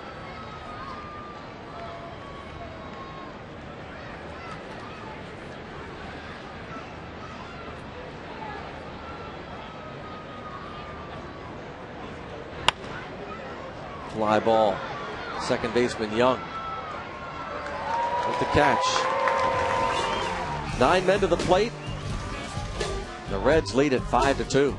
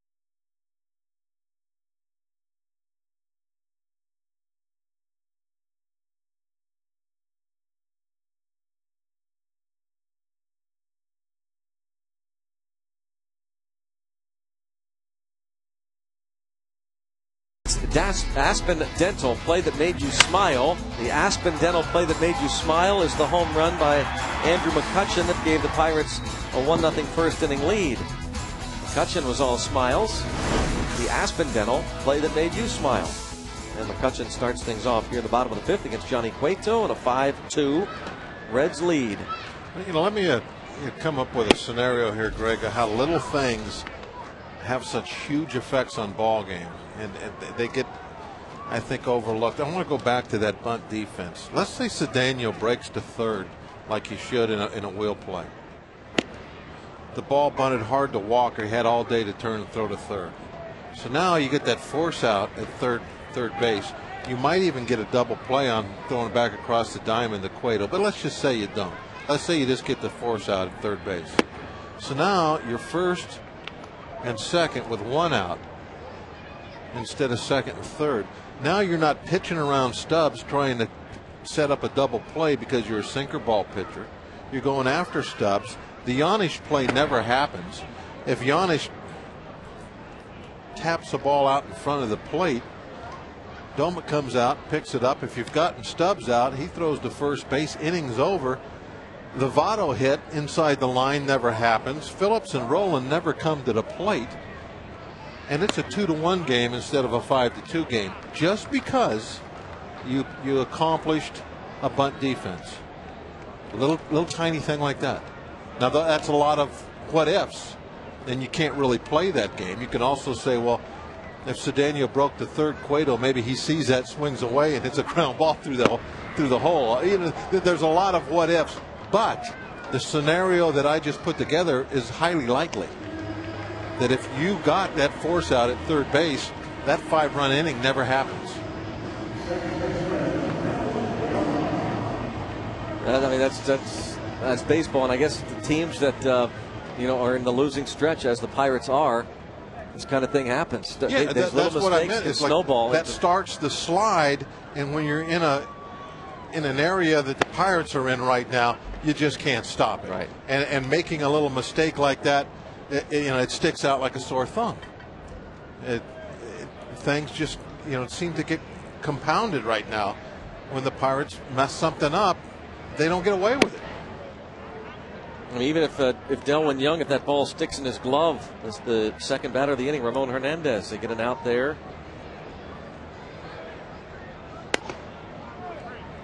3-0. But it's especially true, and it stands out more so when you have a play on that goes awry. That there's miscommunication. Yeah, because that's a glove. You try to make a diving stop, right, and the glove doesn't. Right. The ball doesn't stick in your hand. Oh, that's a physical type thing, hit or miss, do or die. But the mental stuff is what you kick yourself after the ball game. You start thinking about. You start playing the game I just played. Like, what if? What if we would have done this right or that right? Over to left field, and the catch is made by McDonald off the bat of Delwyn Young. Imagine both the Pirates and the Padres were playing the what-if game throughout last night's contest. Yeah, like back and forth. Yeah. But that's just the way things are going right now. The team can't afford to make mistakes. They have to play a perfect game to win.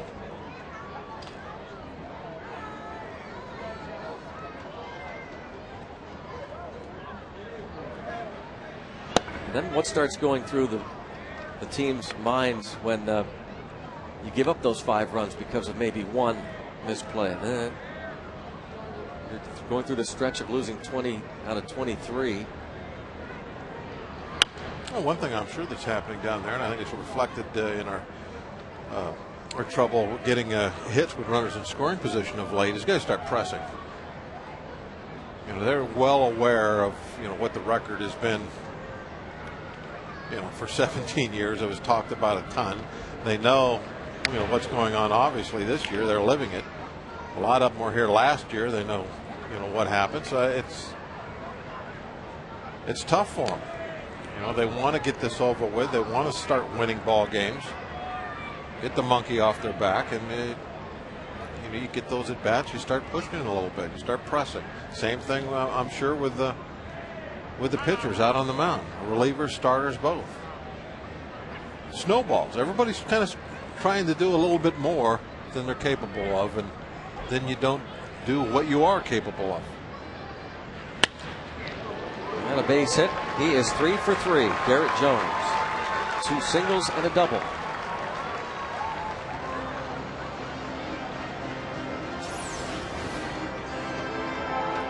There's a couple of positions that I don't think we're going to have to worry about. Center and right, or first. I don't know where they're going to end up putting Garrett, but he solidified himself along with Andrew out in center field.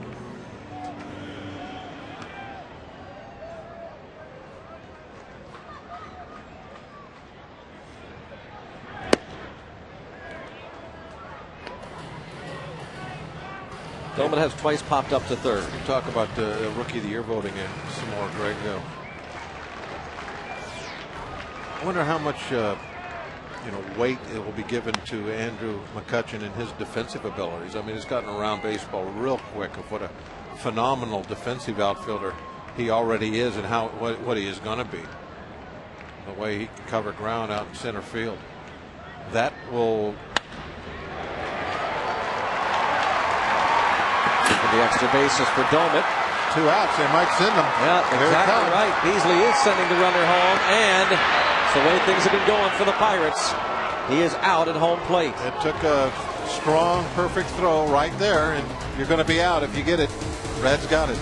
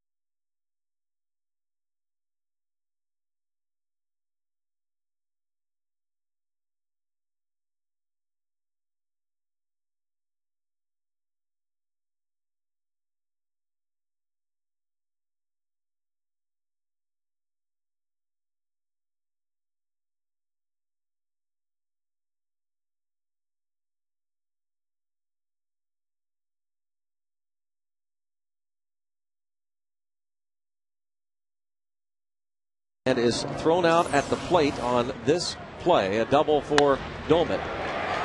Rifled into right. And Phillips is going to be challenged as he goes out in a cutoff position. Can he come up with a good throw? Oh man, did he? A bullet right on the money. And Jones out easy.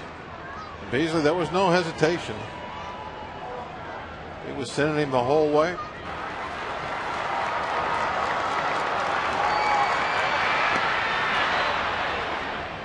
Hoping that it was a bad throw, but it wasn't.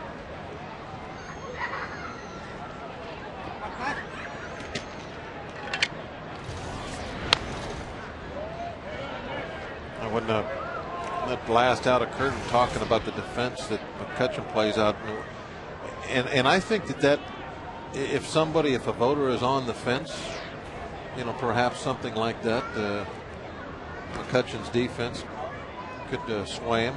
Remember when Bay won the award? Yeah. And everybody, national pundits, they were all talking about how the great defense that the shortstop, Khalil Green, the shortstop for San Diego, played, and it was such an important position, being a kind of the captain of the infield. And so I'm thinking that there are a lot of voters out there that really do look at if you play an important defensive position like shortstop or center field, that's going to get some weight. They're going to give that some weight. Check out the A&L Motors game summary, how he got to this point. Andrew McCutcheon's leadoff home run in the first inning.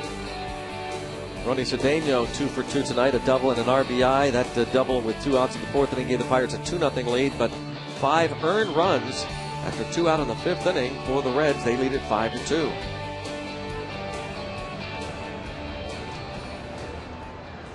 Fourth leadoff home run of the season for McCutcheon of his 12 dingers.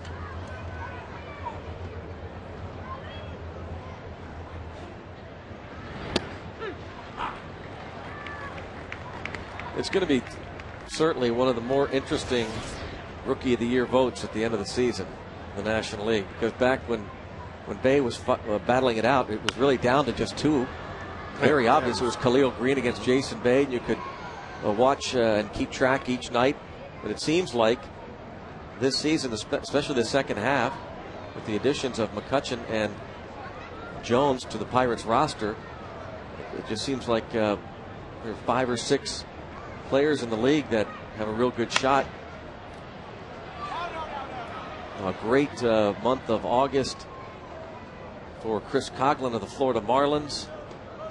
It's really think about the National League has had quite an influx of talent this year, with so many legit candidates for Rookie of the Year. It started out the month of April, all the talk of Dexter Fowler, the center fielder of the Colorado Rockies. Colby Rasmus took over in center field for Rick Ankiel in St. Louis.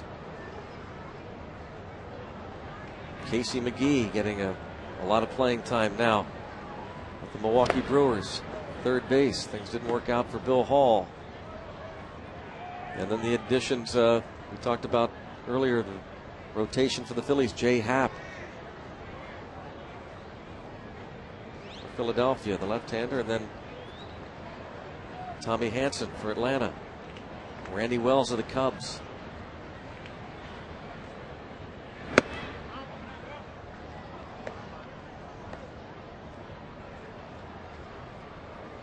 We'll see the Cubs' next road trip, final road trip of the year. Day-night doubleheader on Tuesday. Pirates finish up the season in Cincinnati. This ball off Cedeno's glove. May have jumped a little too soon.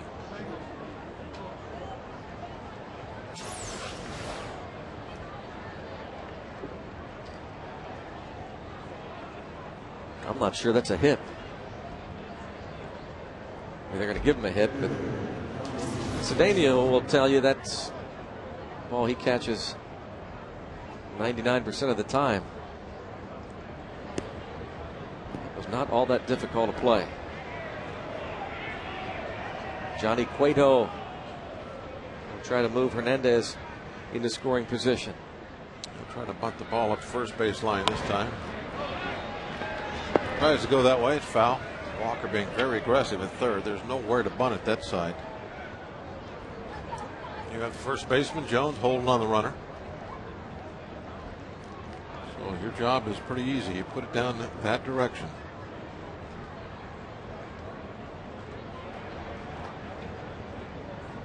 You know, Walker, he's going to be in there by the time you bunt it. Beautiful bunt.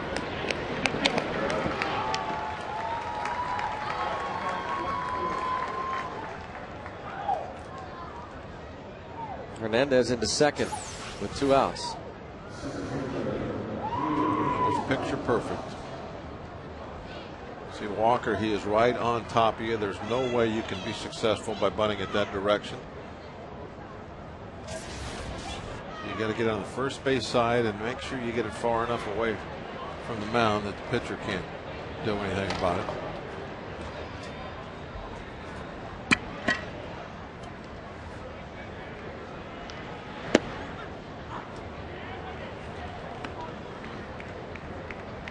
Stubbs with a fly to right, a double and a walk, and a run scored.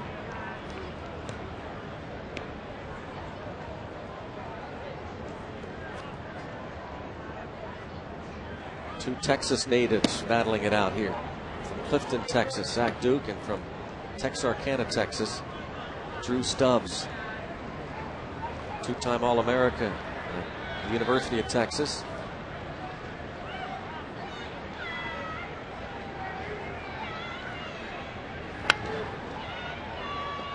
So the Reds went for the Lone Star State in 2006 for their first pick. Texarkana, wasn't that where Smokey and the Bandit were headed to? Was it? Yeah, they were going to Texarkana to get a truck full of Coors Light. Really? And then head back to Alabama with it. You don't remember the interview? No, I didn't Burt Reynolds? pay much attention to it. No, I really didn't. Yeah. They were loaded up and trucking. Coasting to make the catch, McCutcheon.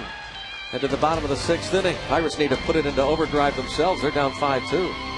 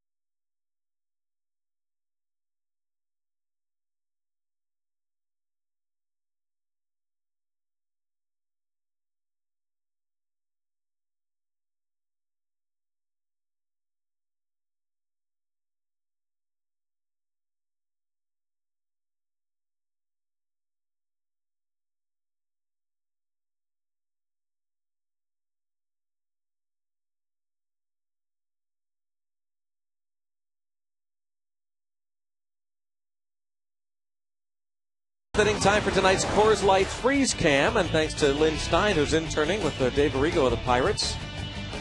She provides us with those stills. All kinds of freeze frames. Yeah.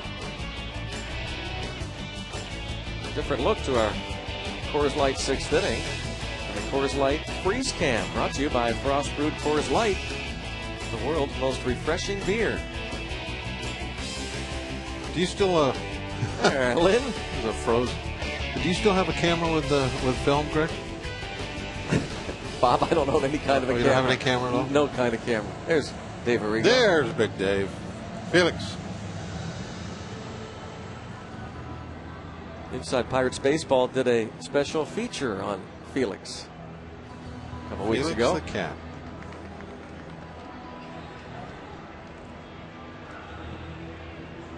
Somewhere I still do have a film camera laying around. Daniel Ray Herrera takes over for Cueto. Cueto goes 5 innings, gives up 2 runs on 9 hits. A lot of these teams being very careful with their young pitchers. Pirates, of course, have shut down Ross Ollendorf.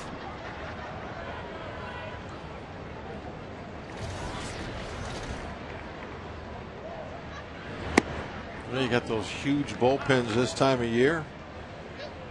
And everybody is already thinking of next season, so it makes all the sense in the world to keep everybody as healthy as you can and got the extra bodies, put them to use.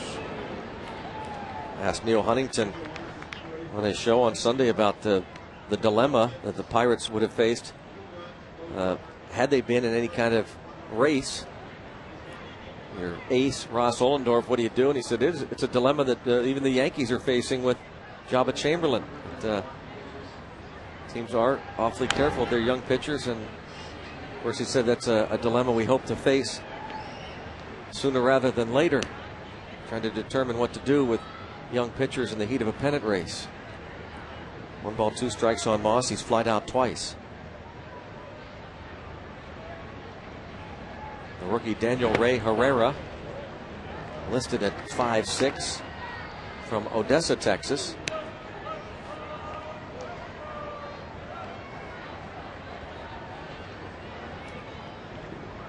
Sure seems there's an awful lot of Texans in major leagues. Herrera retires Moss. Votto to the pitcher, Herrera.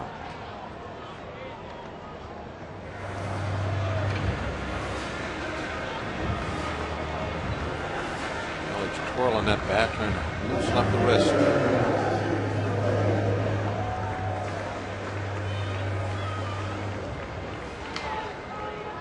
Lastings Millage from Bradenton, Florida.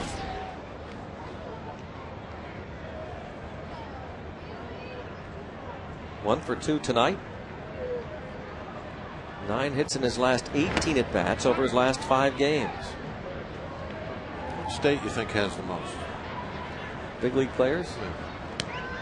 I guess California. Florida, my guess is well, California. No, I don't know. Oh, you asked me. That's my guess. Which one you guess? Jeez.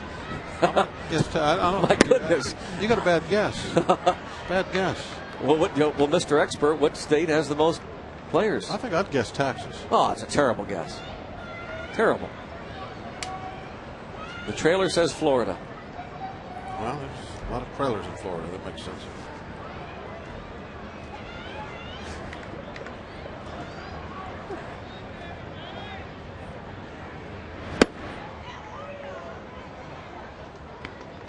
Somebody is looking that up somewhere. Oh, yeah. Is that what you're looking No. at?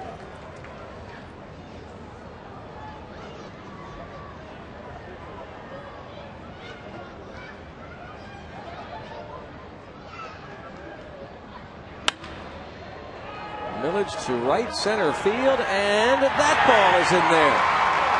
A double. Millage with his second hit tonight. He might get that 300 mark before we leave go on the road.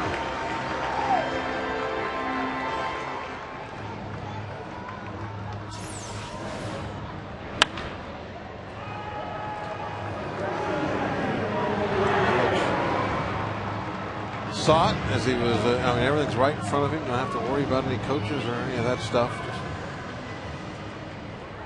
Just take off. Stubbs had to take a few steps with it before he was able to stop and throw it back in. Got to chip away. At least get Millage in here, make it a 5-3 game.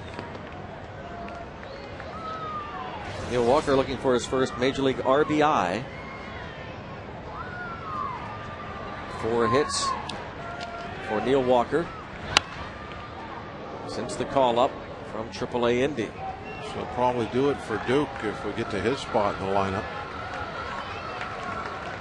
Somebody throwing in the pen for the Bucks.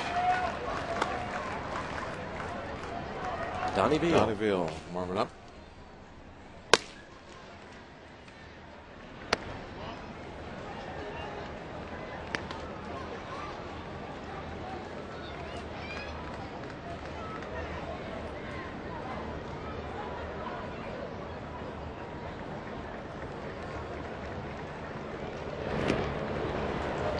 That was a slow ball. That almost turned around and went back the other way. It's like a parachute opened up off the back of that ball. The scoreboard had that at 60 miles an hour at the plate. 60.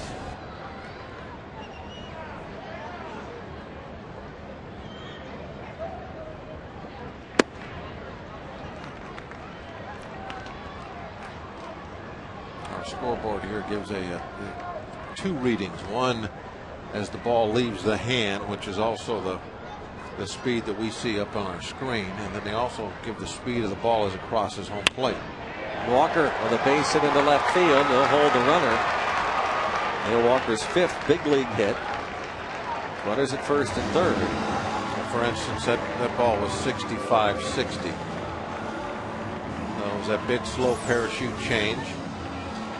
Lost 5 miles an hour on the trip to the plate.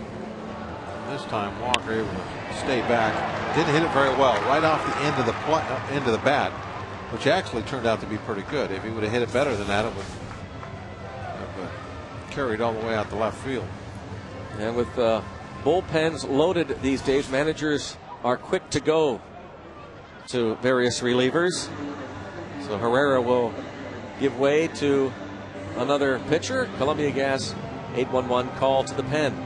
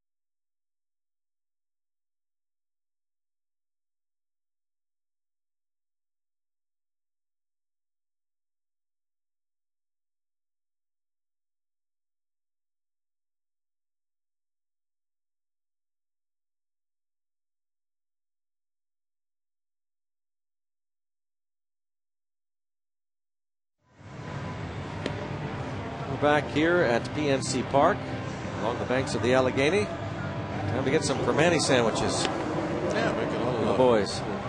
Little pit stop as somebody ran inside. Pretty nice deal. Looks like is that state police? Yep.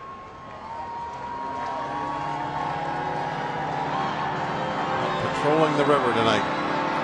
And they were hungry, so they stopped at the ballpark. They must have somebody up in the all-you-can-eat seats, huh? Yeah.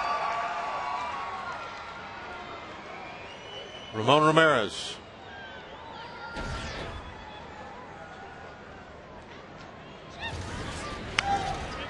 Facing Ronnie Cedeno, who has singled and doubled. Robinson Diaz out on deck.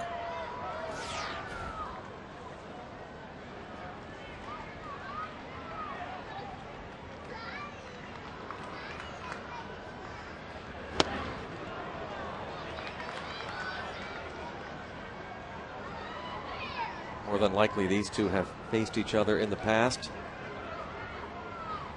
In their native country, Venezuela. Zach Duke, 6 innings and 5 runs in the 5th.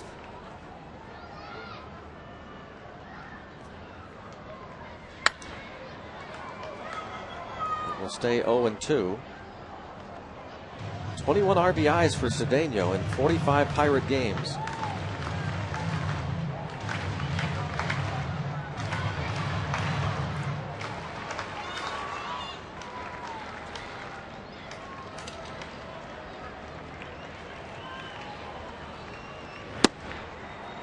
Ramirez gets the strikeout. 2 down. Don't miss the final Sky Blast of the year. Saturday, the Pirates and Dodgers meet at 7:05 after the game. Cimbelli fireworks, sponsored by Verizon Wireless. And legendary classic rock band Foreigner live in concert on the field.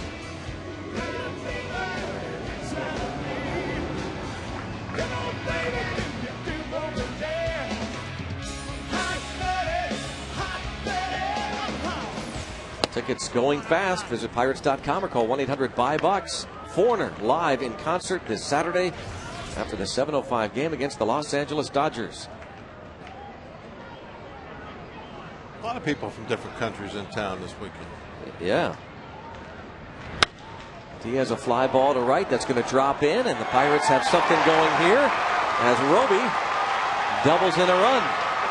The pinch hit, bloop double to right, scoring Millage. Saw that quite a bit from him this year. He got some big clutch hit. Comes up with a 2-out RBI here. And a chance, another base hit. We tie the ball game. That hit is huge. You wonder about the catching situation next year for the Pirates. Diaz and Jaramillo did such a fabulous job when Domit was out, and Diaz providing solid offense from that catcher spot. And with Domit getting that right field start the other day, much to everyone's surprise, and Domit being so enthusiastic about it, Neil Huntington, who got the call from John Russell the other day, Russell asking the GM what he thought about putting Domit in right field for a game, and Huntington was for it as long as it was met with a good response from Domit. There's the ground out by McCutchen for the final out of the bottom of the 6th. Pirates get 1, and after 6 innings, it's 5-3 Reds.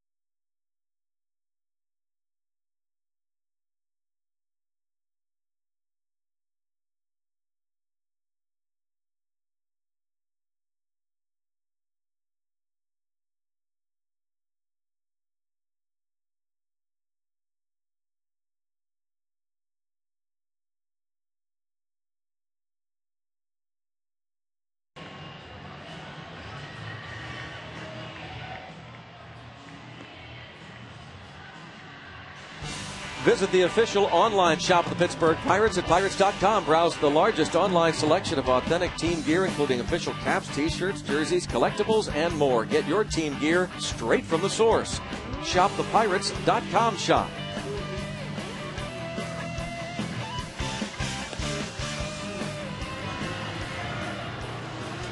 Six innings down in the books. Pirates trailing it 5-3. Zach Duke going 6 innings and on the hook. Tough 5 spot against him in that 5th inning. If you were watching, we talked about it at length. See Donnie Veal's numbers on the year. Excellent opponent batting average, just 205. Nobody, really gets a lot of good swings off of him. The problem is he still has a lot of base runners because he has been wild. And this is very, very unusual to see Donnie Veal in a 2-run game in the 7th inning. But trying to find out what it's like. It's unusual to see him out there. Period. He does not. It hasn't pitched this year. I mean that 12 innings total for the entire season. That's not a misprint. Spent a lot of time on the disabled list down in the minor leagues, rehabbing, working at AAA and AA, and again, just very unusual to see Veal in it. When he has pitched, he's pitched in blowout games for the most part, but maybe wanting to see what he can do in a tight situation. Pirates looking at possibilities for 2010. Now Veal won't be with the Pirates at the big league level next year. He's going to be a starter in the minors with their intent. Paul Janisch singles off of him here in the 7th.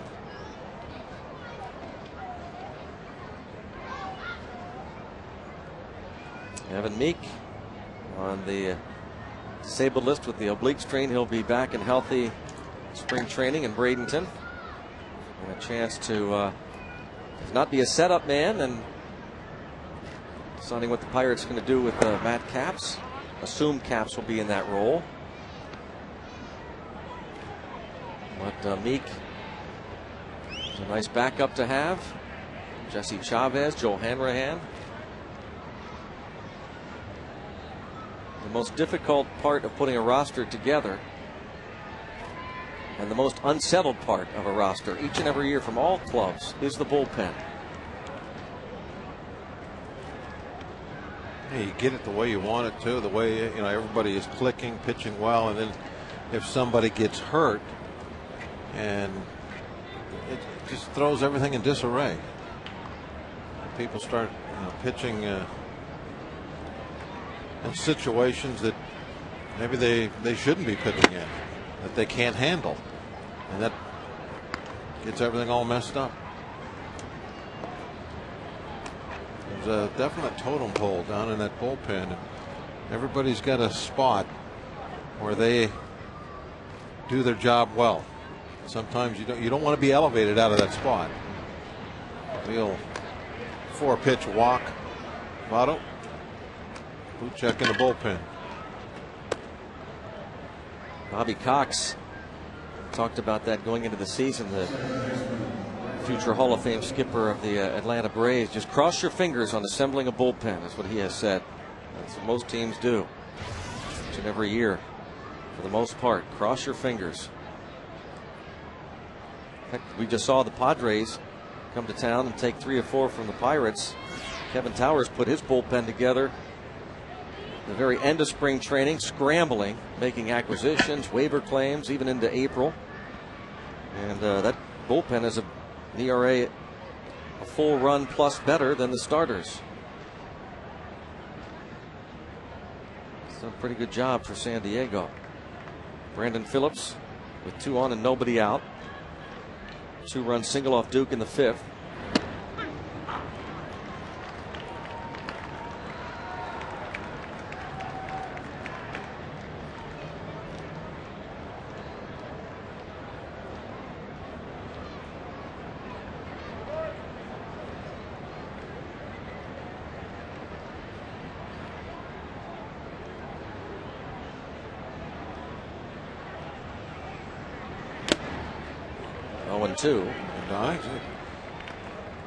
A couple of quality pitches in a row. Start him off first pitch curveball for a strike. It's a great way to get ahead of a hitter, especially if you have a quality fastball to back it up, as it puts him in the defensive position. And now you can use your velocity to its best effect.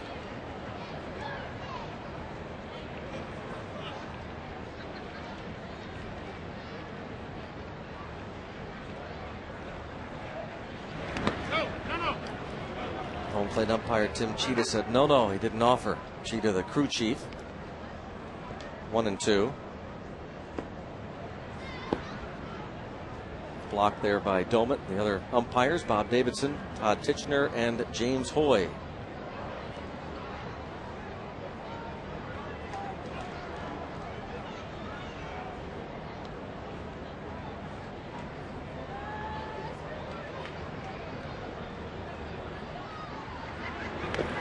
Another block by Domet before that last out. We were talking about Domet enthusiastic about playing right field on Saturday for the first time in 2 years. And Neil Huntington said that if next year comes along and it's a way to keep the bat in there and have Domet play some in right so that he can catch and stay healthy all year, it's an option.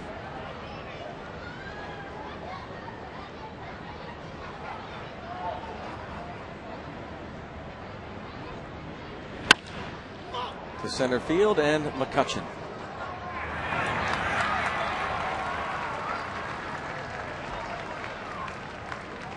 The key next year for Domet and the Pirates is to keep him healthy under any circumstance. It's just been a tough road in the minors and in the big leagues. He was playing right field in August 2007, his last start there, when he hurt that left wrist playing right field and was out for quite a stretch. How about the long hair he had going then? The locks coming out the back. That's a different look for it. Is. I forgot about that.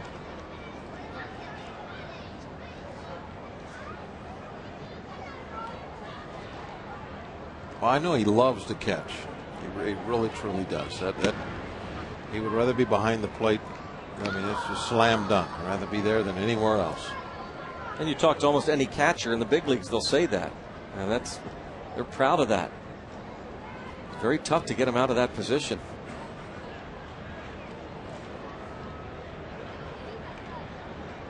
Jason Kendall was not nearly as enthusiastic, and well, really Domit wasn't that thrilled with it when they pulled him from that catcher spot, but anything to get in the lineup. Remember when Kendall was out there? That was a disaster. That was a huge surprise to me. Kendall was so athletic, good speed, excellent arm, and he was a well below average outfielder.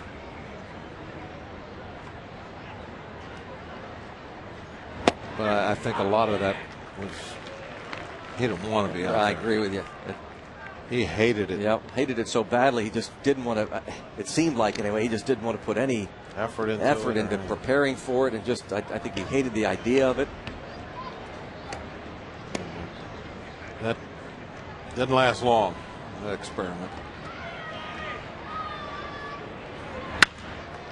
Bouncing ball and off Cedeno's glove. And that will bring in a run. Scott Rowland with his second RBI. And even if you could just have kept that ball in the infield, even if you don't get it out, that's kind of a successful play. But the deflection allows a run to score, a base runner to get the third. Not a good result. And a 6-3 lead. Well, let's see. You had the ball hit by Ramon Hernandez in the fifth that skipped off Delwyn Young's glove. Diving attempt. Didn't stick. You had the throw from Domit to Garrett Jones on the dribbler in front of the plate. Hit by Giannis. Went for an error and a run scored. You had Ramon Hernandez hit the line drive in the sixth inning off of Cedeno's glove. And this one.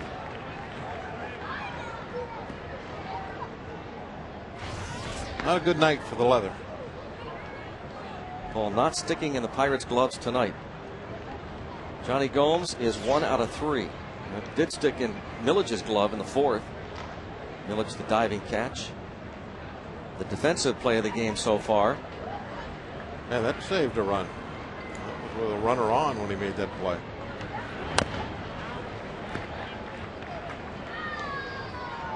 Moss made a nice, not a spectacular catch by any means, but a nice running catch. Reaching up over his shoulder, going out into the right center field gap earlier in the ball game. Trying to think who hit that one. I don't remember that. I think that was McDonald.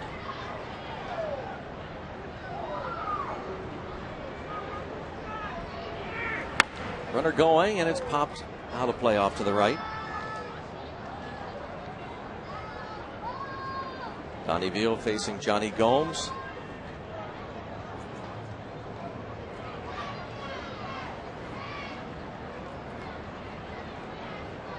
Former Tampa Bay Ray.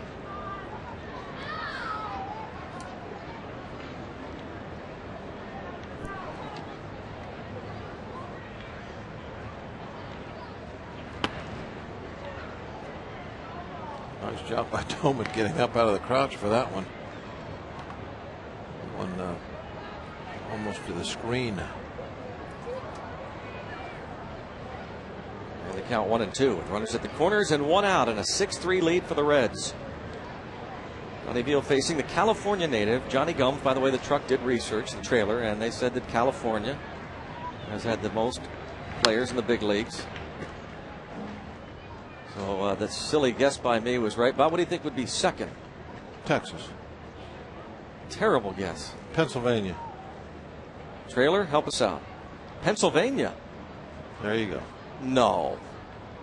But that wasn't my question. I'm in the big leagues today. I'm not talking about all time. I mean, that changes the question totally around. Well, you should develop the Aflac. If it would have been attitude, all time, I would have said California. You should come up with the Aflac trivia question every day with the way base hit to center field. Bringing home Votto makes it 7-3. I got Pennsylvania, though. I'm happy with that. Now this is all time. All time. New York third. I thought the question was originally all time. That's going to be it for Donnie Veal. We're going to see boot check.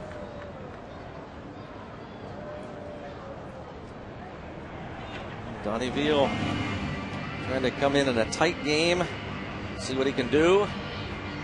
And he retires one batter of the 5. Columbia Gas 811 call to the pen. We'll be back.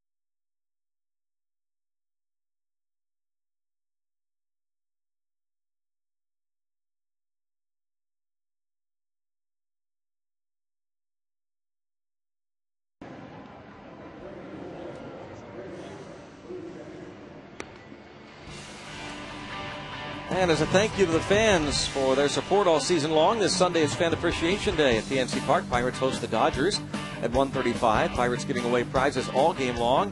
Season tickets for 2010, trip to spring training, many, many more prizes. Plus all the players going to be greeting fans at the gates from 12 to 12:30 before the game. For tickets, visit Pirates.com or call 1-800-BUY-BUCKS.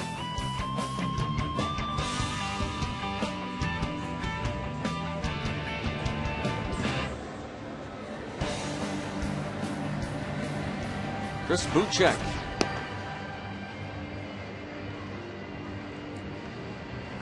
ERA not very pretty right now.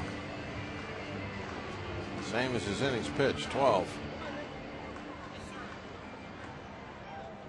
We talked about number 1 picks earlier tonight. Chris Buchek, one of those. First rounder by the Angels in 2000. 20th pick overall that year. I listen to you guys.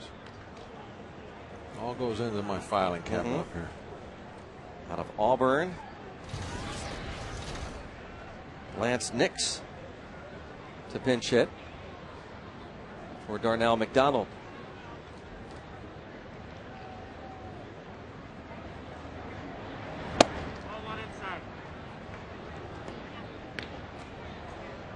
Almost sounds like we have Cheetah mic'd up. Yeah, how about that? Ball 1 inside. Let's listen to him, Bob. Let's listen.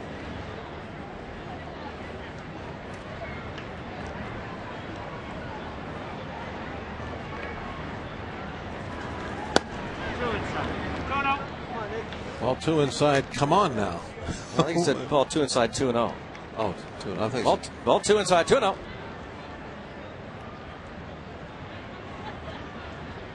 Tim Cheetah mic'd up tonight.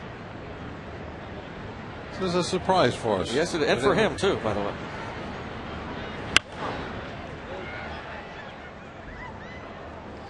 This is going to be live television, by the way.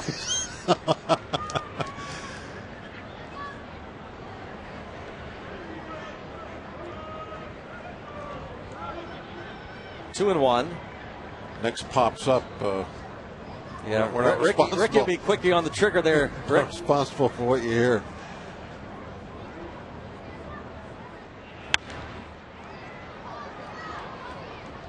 Now 2 balls and 2 strikes on Lance Nix. Getting a good crack of the bat, though. I like that. Oh, Nix giving him the eyeball there. Whoa. See him looking down. The hitters. Look at see. There they are. The culprits. Probably that brown one is the one we got going. Why would that be? In the world? Where would you come up with that?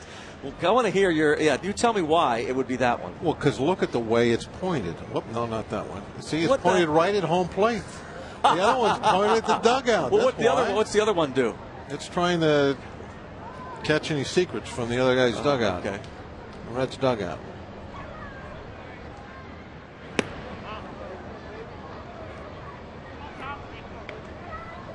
Oh, Ricky's in the trailer laughing at us. You guys have no idea about sound. Audio. I know about sound, but I can hear in one ear and I can't in the other.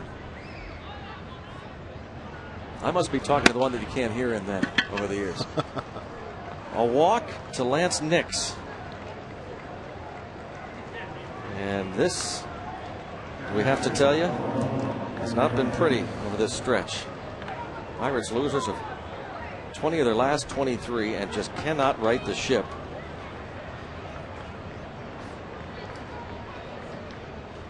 The batter Ramon Hernandez, 2 hits and 3 trips to the plate.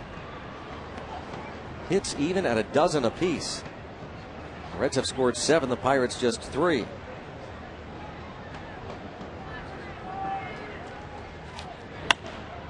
And the infield in, it's popped up. And the infield fly is called. Delvin Young makes the catch anyway, 2 outs.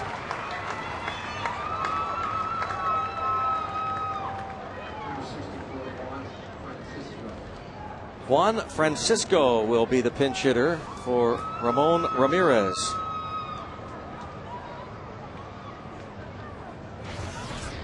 Bob, what are your thoughts about the September call-ups?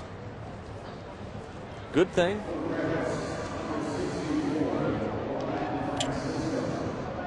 Let me try the other ear. Bob? Well, you know, it's a good thing if you're a September call-up. It's a good thing for teams that, you know, are out of the race, that want to look at some of the youngsters. But over the years, I've thought that it kind of complicates things for a lot of clubs. All of a sudden, you know, for 5 months you play to a certain set of rules, and then the last month of the season, incredible. All of a sudden it changes. Some people think that it's the most important month of the season, which I see their point. Now you can have 40-man rosters instead of 25. I think it's ridiculous. It's absolutely ridiculous. All of a sudden, September 1st, everything changes. You can bring up, don't get it. You know, pinch hitter after pinch hitter after pinch hitter, and bullpen guy after bullpen guy after bullpen guy. What did the Padres have? 13 guys. 13 guys 13 in a bullpen. I mean, come on. It turns the month of September into spring training. Yeah. You said teams out of the race. Getting a chance to see, much like spring training, what can this guy do during the regular season before September next year. Another call to the bullpen.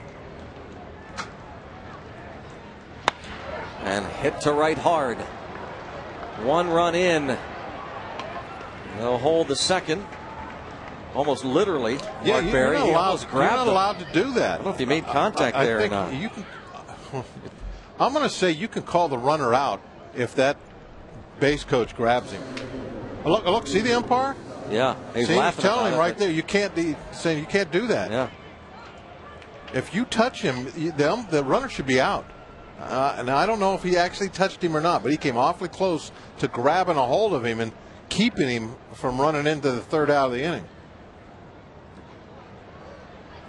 Well, Drew Stubbs with 2 outs and an 8-3 lead for the Reds. Stubbs on base twice tonight.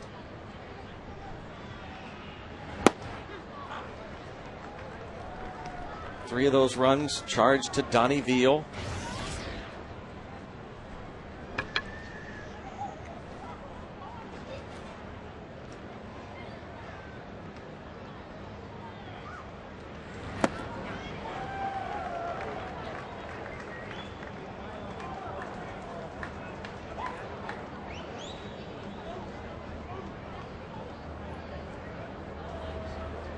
Couple of lefties. 4 available tonight for Dusty Baker. Blocked by Dolmet.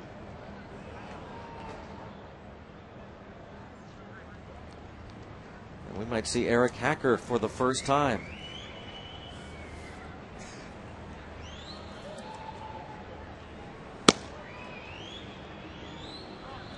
He has yet to pitch since his recall, September the 8th.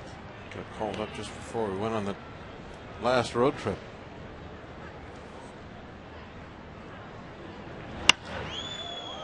Fly ball to left. Millage. The Reds send 9 to the plate for the second time tonight, and they're coasting 8-3.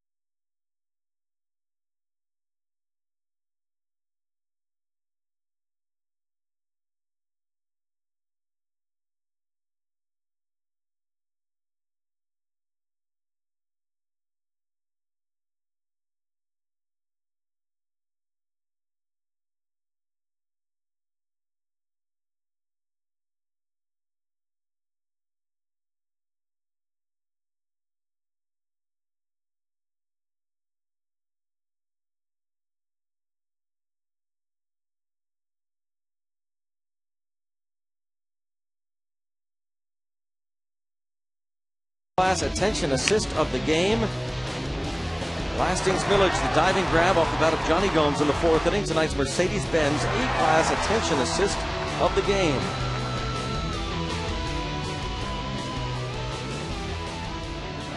Great grab. Of course, that kept it a 1-0 lead. Pirates would make it 2-0 in the bottom of the 4th, but then the Reds scored 5 in the 5th. And the veteran Arthur Rhodes takes over. That opponent batting average 201, 258. That was a nice season. 65 ball games. That's next days in the game to play left. And Jay Bruce takes over in right.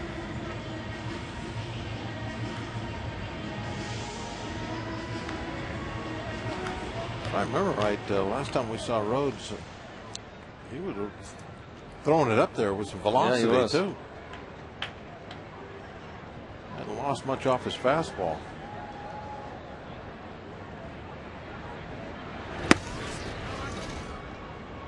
Well, that one wasn't all that impressive.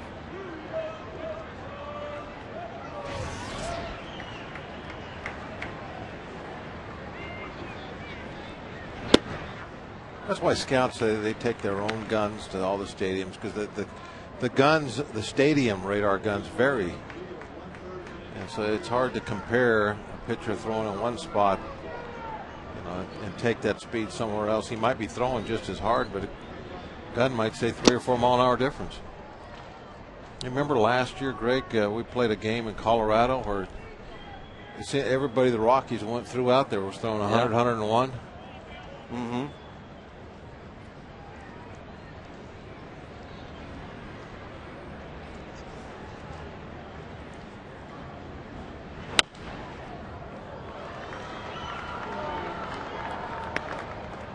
Looks like we're going to have some dignitaries coming in, see some baseball during this G20.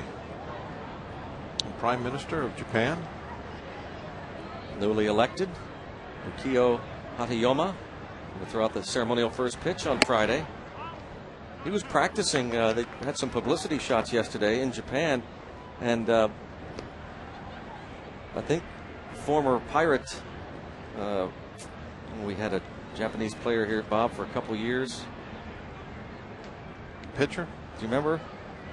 Pitcher here for, I think he might have even pitched briefly last season for the Pirates.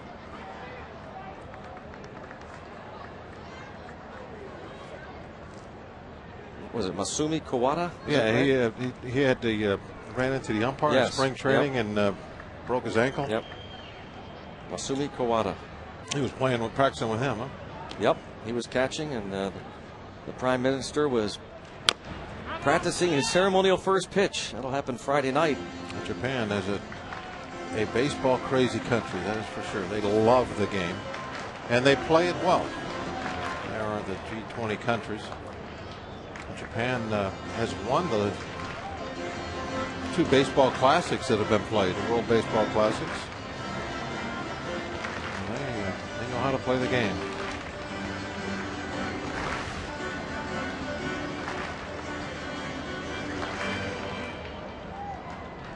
"45 major leaguers in history hailed from Japan, we're told." Well, a whole lot more that probably could have played over here, but never got the chance. What's the difference between a prime minister and a president, Craig? Is there a difference? I don't know. That's why I'm asking you that.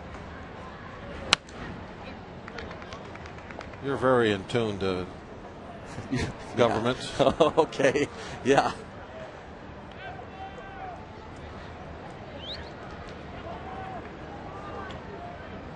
I mean, what is that parliament thing that they've done? How's that work? I don't know, Bob. I think I know they yell at each other while they're meeting. I think that's the difference. You're allowed to be. If you're prime minister, you can be yelled at. But it's a no-no if you're in session and you yell at the president,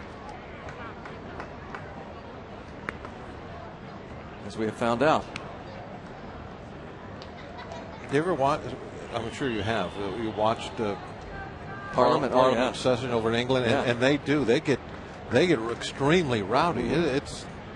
It's a show that gets put on. Well, it's like Japanese, at least for a while it is. In Japan, you could yell, scream, face to face with the umpire, times push them. With the umpires. Yeah, that's right.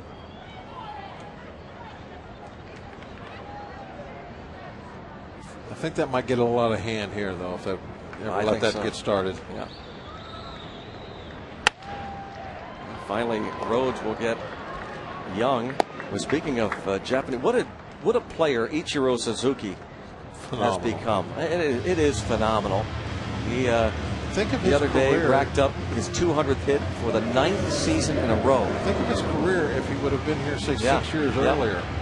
That's just an incredible player. He's 35 years old, and he eclipsed the previous record of 8 straight 200 hit seasons that was set by Wee Willie Keeler back in 1901. Incredible. He just keeps going strong at the age of 35.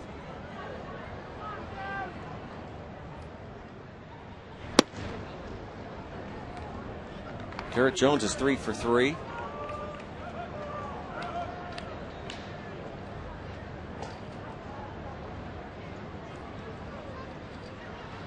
He's the one player that I was anxious to see with Interleague, and anxious to see when the All-Star game came. I agree with you. Me too. I really did. When we went to Seattle, I remember when he was here for the All-Star game, someone saying that to watch him take batting practice, he can almost at will turn on the power. And I'm thinking, this guy's a slap hitter. All of his infield hits, and he's just a speedster. Sure enough, I mean, he was rocketing balls out of here.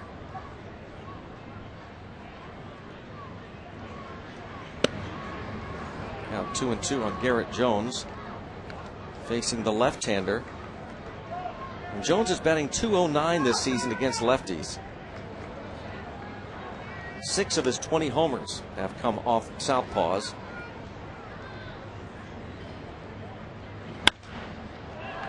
Popped up. That's Lance Nix. Garrett Jones is almost to second base. 8-3 ball game, routine pop fly, and he never stops. The hopefully he can keep that up.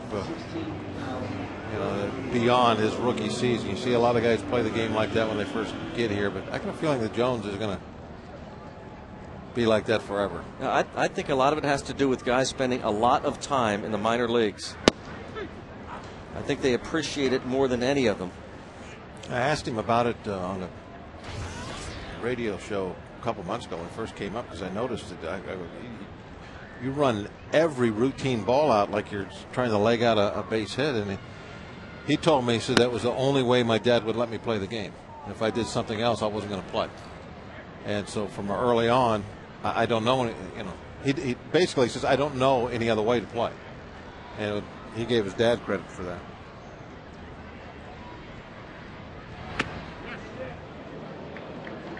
One ball, two strikes. I think that combination of how you're brought up, but then to spend 10 years in the minors, which this day and age, it doesn't happen much anymore. We talked about Garrett Jones. We talked about Darnell McDonald. I agree with you there. I think they have a great appreciation for what is happening up here. Yep. They take nothing for granted. All those years, all those bus rides, and a strikeout of Domit. Ball in the dirt, so Hernandez will throw to first to complete the strikeout, and the Pirates go neatly in the seventh. 8-3.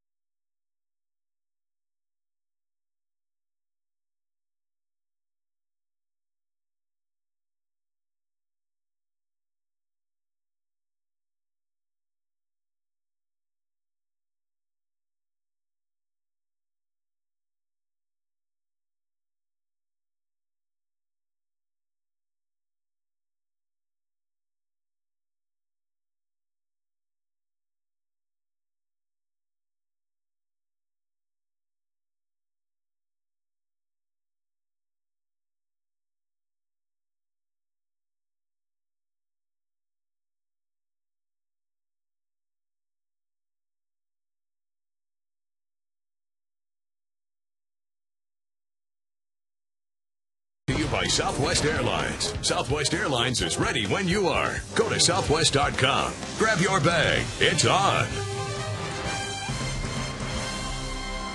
It has not been good since that 5-run fifth inning. It's like the Reds have just shut down almost completely the Pirates. Zach Duke was rolling along through 4. The Pirates have gotten 12 hits tonight. Now Eric Hacker making his major league debut. Eric Hacker was acquired from the Yankees May the 16th in a minor league deal for the Chief. Romulo Sanchez was dealt to the Yankees. Pirates soured on Sanchez. They acquired Eric Hacker, who has battled back from injury. Underwent Tommy John surgery on his right elbow in March of 04, missed the entire 2004 campaign as Brian Bixler comes on to play second base.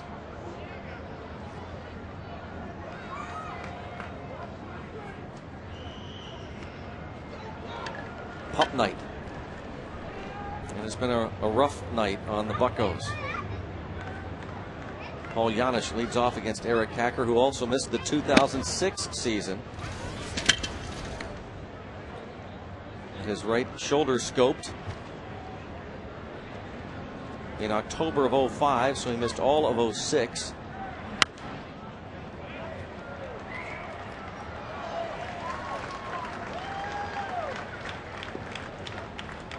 Definitely had some health issues. this season. 3 different organizations. AA Trenton in the Yankees organization. Also made 3 starts for AAA Scranton. And then when he was acquired from the Yankees and went to the Pirates, they assigned him to AAA Indy, where he made 21 starts. Went 5-5, a 4.02 ERA.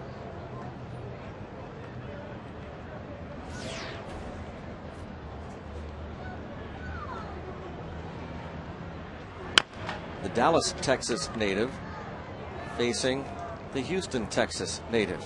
Eric Hacker against Paul Janisch. You know, I don't know about all time. I guess California is the call there. But in this game tonight, I think Texas is heavily represented. More than any other state. Got to be. I mean, every time somebody comes to a ball game, you're telling me they're from Texas. That's not true. We've repeated ourselves a lot. Sounds like it. 3-2 on Janisch. Went to Rice University. It's down by Houston, right? Yes. Rice? Oh, there's a Baylor product, Kip Wells. See? Hey, you know, Kip's been pitching really well lately. Garrett Jones runs out of room. Yeah, since we saw him in Cincinnati, he's really turned it on. He's been giving them some good starts. Yeah, he has.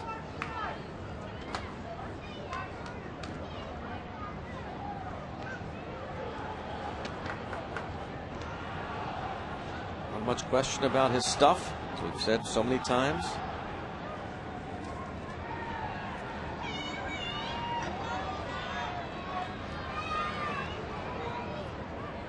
We will not see Kip Wells in this series. Homer Bailey pitches tomorrow night against Kevin Hart. Where's he from? Huh. Yes. Oh, why don't you tell us? Where's Homer Bailey? You tell us. Since you asked, you obviously know. Where else would this hard-throwing right-hander first rounder be from? The only state that produces those guys, Yeah. Texas.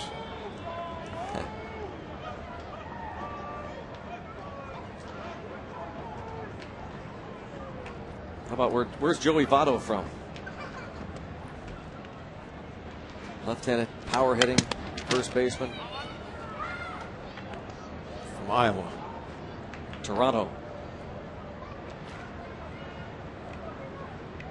He's a Maple Leaf. I meant Iowa, Quebec. Oh. Just it's in the suburbs of Toronto. Oh. He's from Ontario, not Quebec.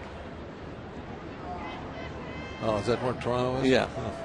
Second to Rookie of the Year winner last year, Giovanni Soto. He put a great season to Joey Votto. You don't know what a prime minister is, but suddenly you know everything about geography.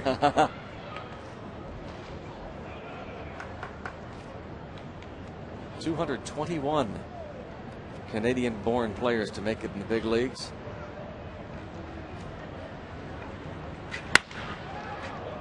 And Larry Walker-like drives one deep and over the head of Andrew McCutchen.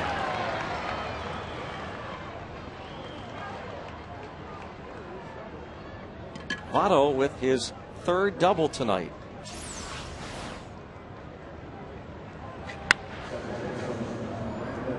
Doing his Chase Headley impersonation. Third baseman for the Padres had 3 doubles in his 5 hits last night.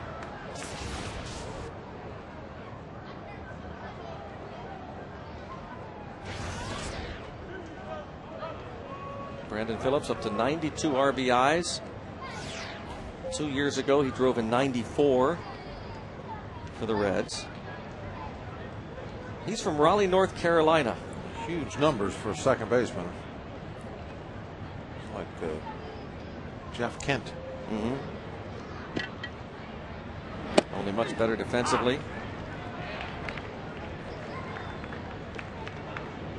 Former 2nd round pick of the Expos. This is his 4th year with the Reds since being acquired for a minor league pitcher.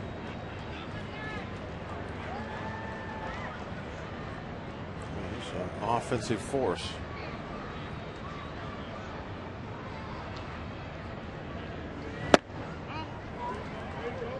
His numbers compared nice to a Hall of Fame Cincinnati Reds second baseman. And Joe Morgan would be proud of 20 home runs, 90 some RBIs.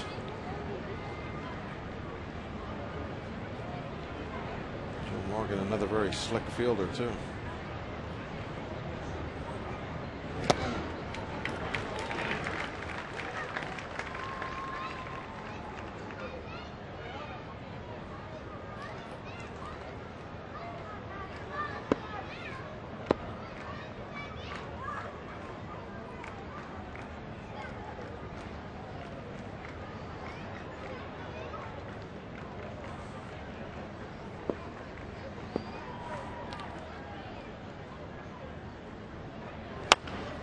Tapper, Hacker to first. 2 outs. Votto to third.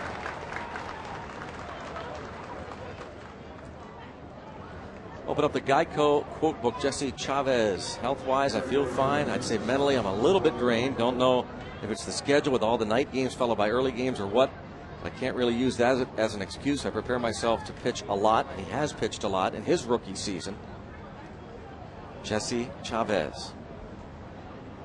There had been reports the other day that the Pirates were going to limit him to 3 more appearances, and John Russell laughed that off. He says, I don't know where people get some things. We are watching him like we were watching all the young pitchers, but certainly not going to limit him to 3 more appearances.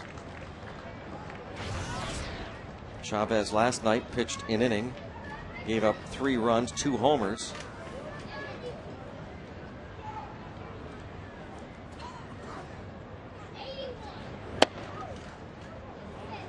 Joe Hanrahan said he felt fine, but he was not used tonight, nor was Chavez. Well, I think Jesse's had an excellent first season in the major leagues. And it doesn't make any difference to me whether they shut him down or what he does this last bit. It's not going to change, you know, my opinion of his season. He's really done a great job, and yeah, he's been scuffed up a little bit here of late, but you know, big deal. He has already gone way beyond, I think, anybody would have projected this season if you turn us back to the beginning of March.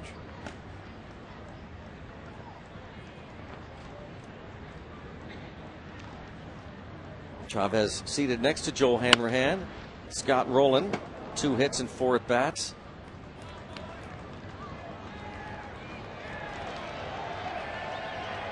The Rookie of the Year, 1997 with the Phillies.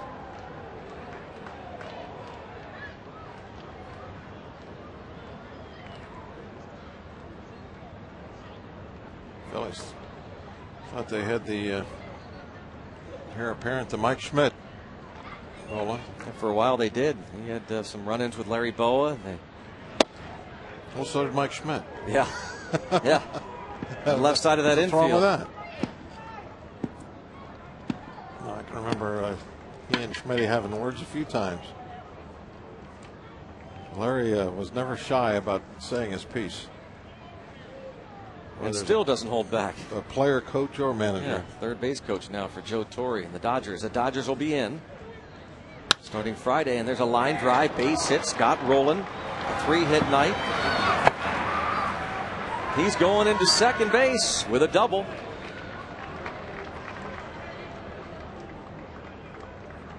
Quite a few doubles tonight for the Reds. Second double for Rowland.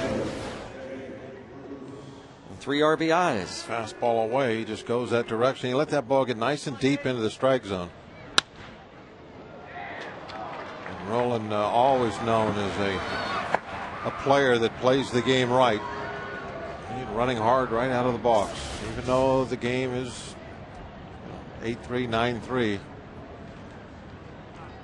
wasn't going to be satisfied with just a base hit knocking that run in. He wanted 2.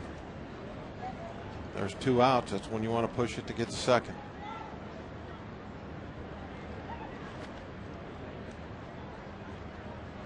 Reds up 9-3. And the batter, Johnny Gomes, going to be lifted for a Jay Bruce. Johnny Gomes initially in this spot was 2 for 4 with an RBI. Virgil Vasquez getting loose in the pen for the Pirates.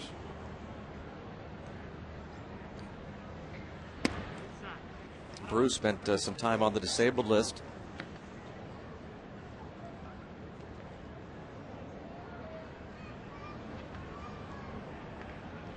This is his 7th appearance since coming off the DL. Fractured his right wrist in mid-July.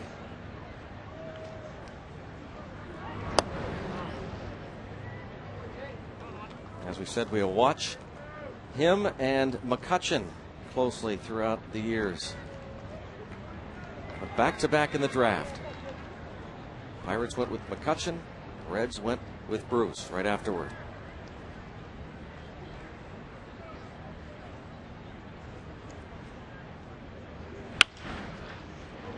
Shot past Walker. This will score another run. 10-3.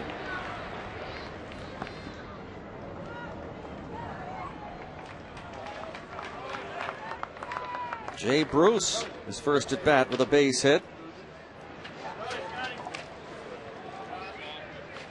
And this Pirates bullpen, Veal, Buchek, and Hacker, fooling few. 10-3, 16 hits for the Reds.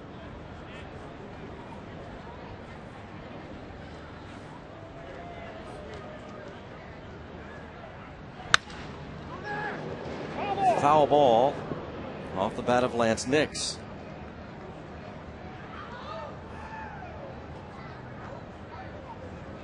The Reds, for years, a team known for their offensive explosiveness. That's not been the case this season. We just saw the Padres, and here the Padres beat the Pirates last night 11-6, collecting 18 hits. And tonight, the Reds, who came in with an even lower batting average than those Padres, 243 collectively, the lowest average in the league in baseball. They play in an excellent hitter's ballpark. That's one of the reasons why they always have been good offensively, both Riverfront and where they play now. Great places to hit, easy ballparks to hit home runs out of. And they've always had quality offensive players that have taken advantage of that fact. When go back to the Big Red Machine all the way up through the Ken Griffey years. They could mash, and they had a ballpark that was favorable to that style of play.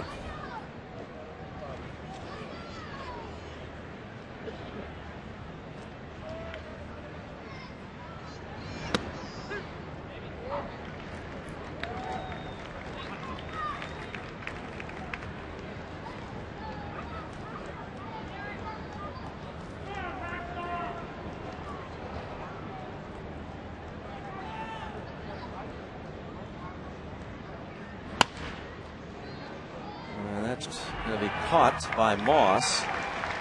Eric Hacker, in his major league debut, throws 29 pitches and gives up 2 runs. 10-3 Reds.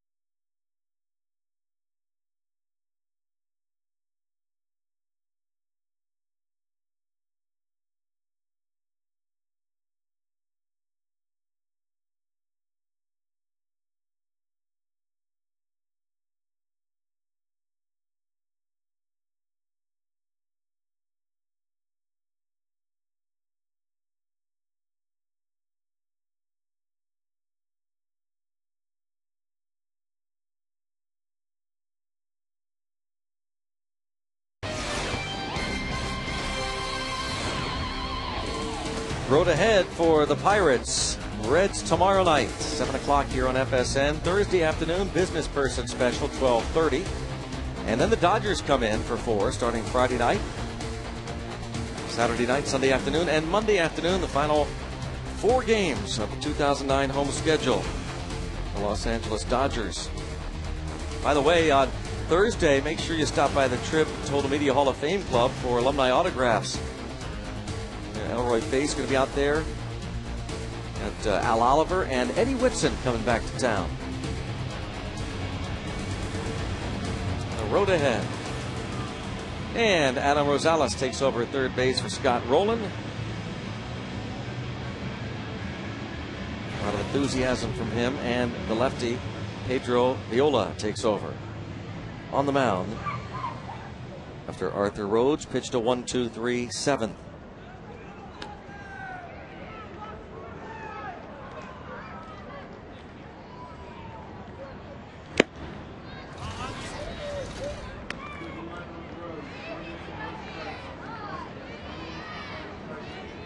Moss 0 for 3.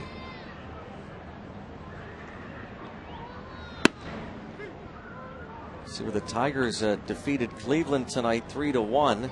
Needed that one, didn't they? They started the day 2.5 up on Minnesota in the American League Central. The Twins are leading their game over the White Sox 7-5 in the 7th.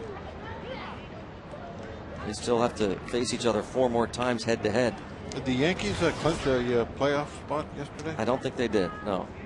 They need a W. They have to win, or Oakland has to lose, something Yeah. like that. Both teams out on the coast, Oakland at home. The Yankees are in Anaheim, taking on the Los Angeles Angels of Anaheim. Must be where they got that name, the Real Housewives of Anaheim. Stole it from the Angels. Oh, Orange County. Guess I don't see that show. That's Anaheim. Orange County, Anaheim.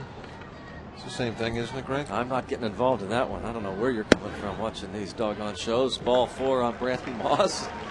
I watched it a couple of times. One of the Real Housewives is married to an ex-Angel pitcher. Oh, that's amazing. Wow. Matt Keel? Matt Keel. Good stuff. Good show. Here's Lastings Village. No, you obviously have never watched it, and you're making a comment like that, right? It's so good you didn't know the name of it?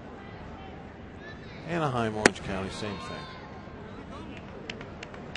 I'm told by the trailer it's not the same thing. Anaheim is in Orange County. Again, you apparently don't know. Yeah, Newport Beach. It could be the Housewives of anything. It's a pretty big county.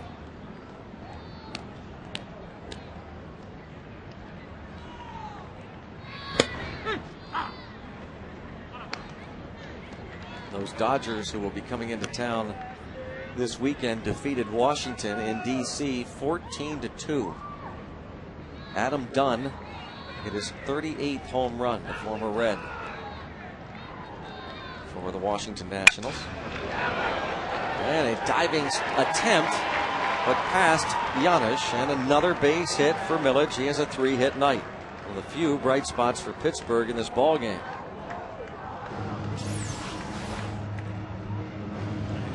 Played a nice game. He made that great catch to start things off early in the game. And nothing special about this hit, but got a little luck with it. Giannis deciding to dive for it. It was an overdive. Neil Walker now. He is 1 out of 3. Rafael Furcal drove in 4 runs for the Dodgers in that game. Hiroki Kuroda went 6 innings. Dodgers' 6th win in 7 games. Their magic number to clinch postseason berth. Down to 7.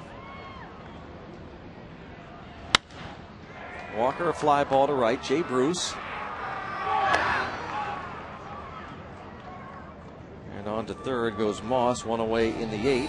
Other notes in case you missed it. Joe Blanton went 7th, shutout innings. Struck out 9 as the Phillies down the Marlins 9-3.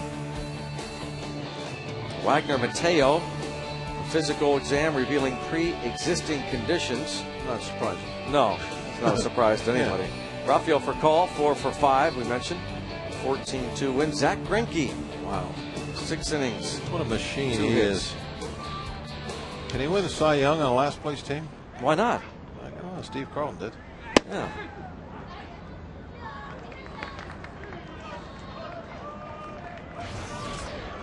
Ronnie Cedeno now. 2 hits and 3 at-bats. Doubled in the 4th.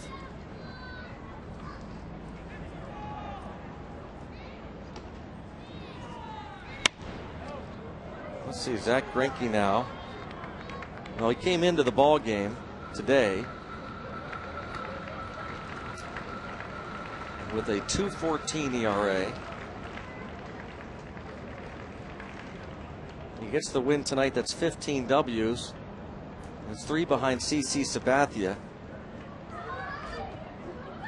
How much you want to make a bet Sabathia wins the Cy Young? Oh, I'm not going to bet against that. High fastball for strike 3. Daniel goes down. Steve Pearce going to hit for Hacker.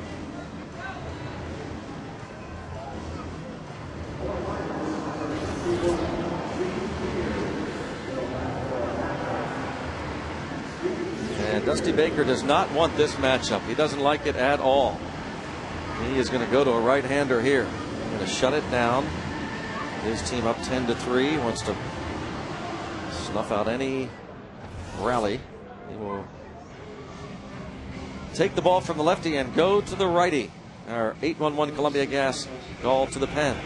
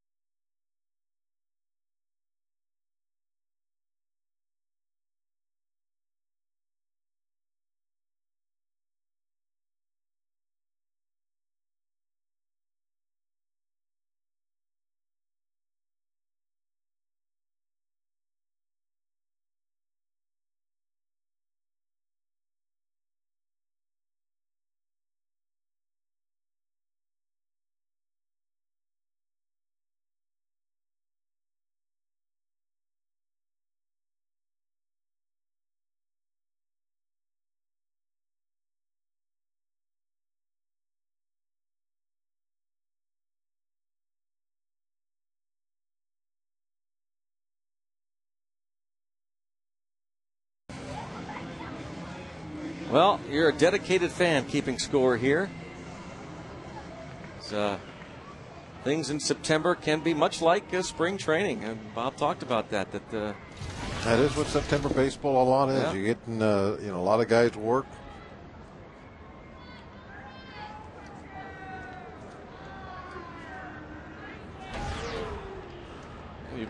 It's funny about it, though. You hear so many baseball people say they don't like evaluating necessarily players in September and March, and yet here's Dusty Baker obviously wanting to see what Carlos Fisher can do against a right-hander. Carlos Fisher, a California native,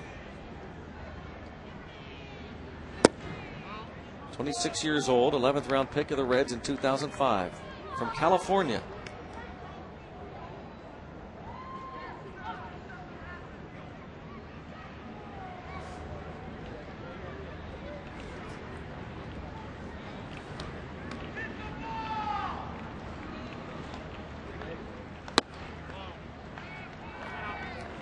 I have to get him to swing at a 2-0 slider. Yep, let's see. 2-0 slider with a 10-3 lead. 10-3. 2-0 breaking ball. That'll go over well. And he walks him on 4 pitches. I'd put a nice wager down that that was going to happen.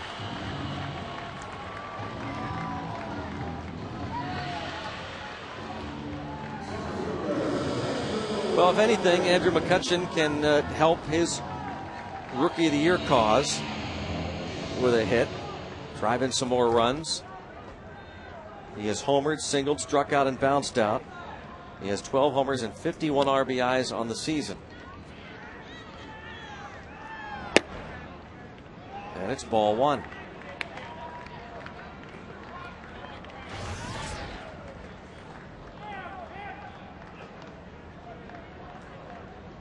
And they probably met in the minors this season, early before McCutchen was called up, or even last year.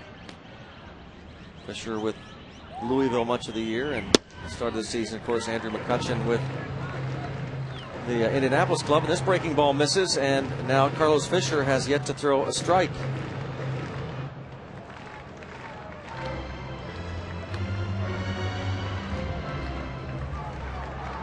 The Reds leading 10-3 with 2 outs in the bottom of the 8th inning. Dusty Baker going to his rookie right-hander. He walked Pierce on 4 pitches and falls behind McCutchen 2-0.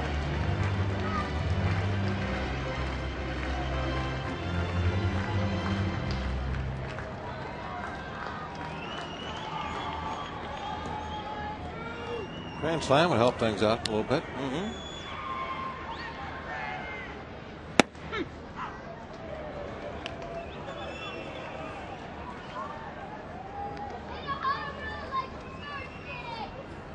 Now, if you could do that, just throw a fastball for a strike down the middle, why don't you just do that to the very first pitch you threw when you came in the ballgame?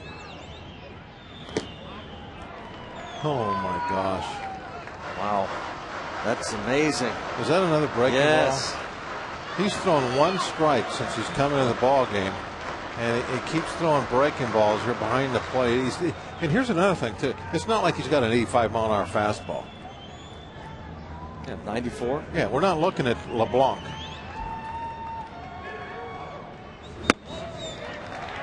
Wow. That is incredible. And now Dick Pohl, the pitching coach, will go out. Totally amazing. Forcing in a run. 4th time McCutchen has walked this season with the bases loaded. He'll pick up the easy ribby, giving him 2 on the night. Run charge to Pedro Viola makes it 10-4.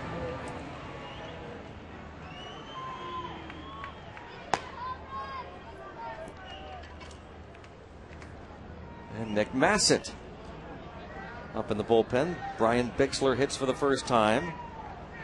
You never know. Could get this ball to game to 10-8 with 1 swing.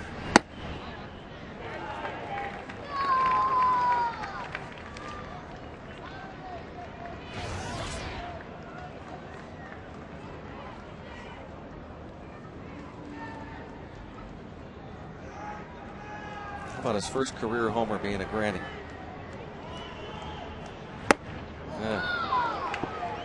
Swings at a pitch downstairs.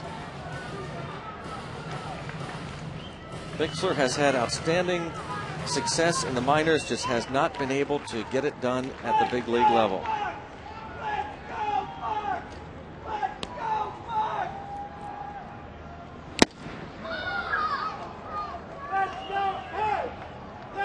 One ball, 2 strikes. Hit 9 homers, drove in 43 games at AAA this season, hit .275. Played a bunch last year with Jack Wilson going down with an injury. He has played parts of the past 3 seasons at AAA Indy, and hello, 2-2. Wow.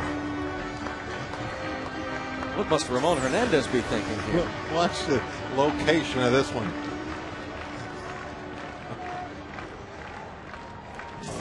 Harry Doyle. So, isn't that his name? Harry Doyle? Yeah, for the producer? Major League. Director? Oh. Just a bit outside? Yeah. Well, that's strike 3, and that'll be it for Bixler and the Buccos as Carlos Fisher gets the K. Not very impressive. 10-4 Reds.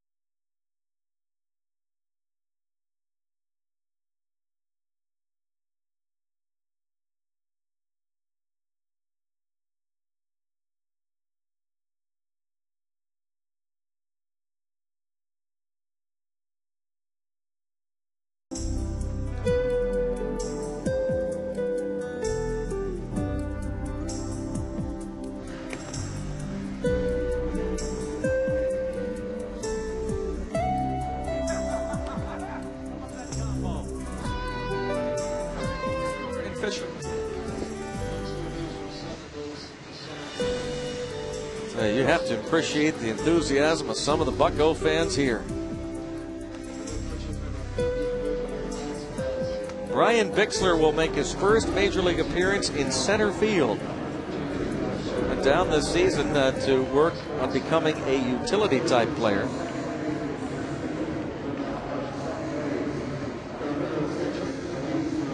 Luis Cruz takes over at second.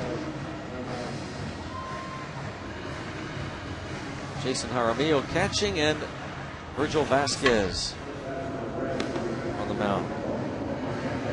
There won't be any room in the newspaper tomorrow for the box score from this game. It's going to be a long one.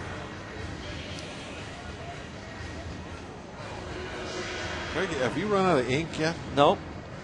I'm still working, Bob. I'm still working it.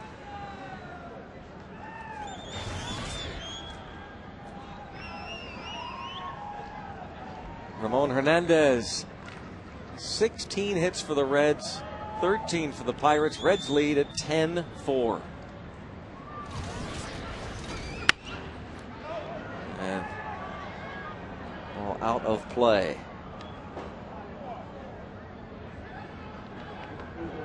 The Rockies are leading San Diego 7-6 in the 5th. Brad Hoppett is 20th of the year. The Rockies lead by 4 games over the Giants in the wild card. The Giants are in front of Arizona early, 3rd inning in Phoenix, 4-3. I saw where Freddie Sanchez got hurt last night. No, I didn't see that. See if he's in the lineup tonight. He is not. Talking on the radio side last night about Jack Wilson out likely for the rest of the season with a bruised heel.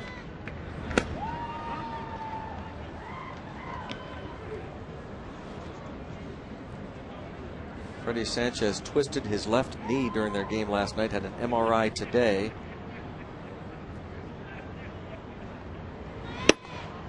Both Wilson and Sanchez. They both turned down an awful lot of guaranteed money here in Pittsburgh before the trade. And it's going to be interesting to see what happens this offseason with them. Sanchez played 25 games for the Pirates, for the Giants, after the trade from the Pirates. Ball popped up to right field. Murray Chass, the New York Times, wrote a very negative story about the Pirates in the New York Times the other day, and talked about how they essentially gave up on those two players and scoffed at the offers, as some local members of the media had done. Turns out that automatic option is not going to kick in because Sanchez is not going to make 600 plate appearances. And Jack Wilson, he is going to end up playing a total of 31 games with Seattle. He's likely done for the season. He has a $600,000 buyout with an $8.4 million option for next year, and the Mariners certainly aren't going to pay him that kind of money. It will be very interesting to see what happens this offseason. A bit of a gamble for both Sanchez and Wilson to turn down that Pirate offer. Tapper, Vasquez, the bare hand play, and nicely done. Retires Rosales. He got off real quick. Here it is, real speed.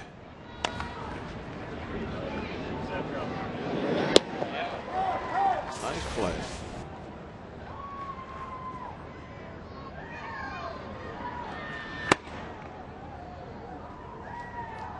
They're popping it up there pretty good tonight. One at 90 upstairs. Line to right, and a nice grab there by Brandon Moss. For the second time tonight, the Reds go down in order. They went down 1-2-3 in the first against Zach Duke. They go down 1-2-3 in the ninth against Vasquez.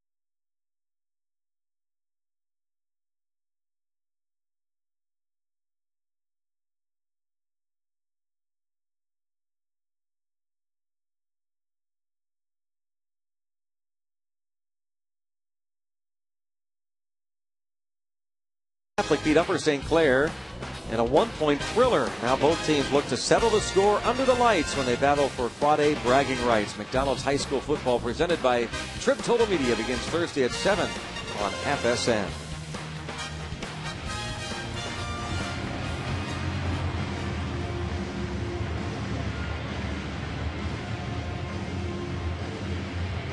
Pirates down 10-4, and Garrett Jones, who has 3 of the Pirates' 13 hits, leads off.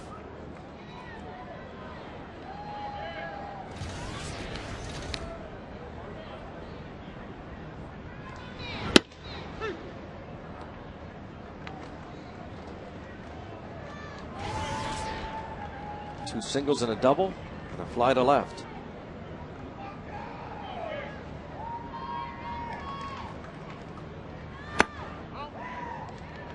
See if Fisher can regroup now that he's got out there. He's throwing some pitches and in the dugout. And he sure wasn't showing very good command of anything when he was out there last inning. I think the Pirates would, if they're serious about making any kind of a comeback, you got to be patient now. He showed that he really had no idea where the strike zone was. Going to be taking a strike.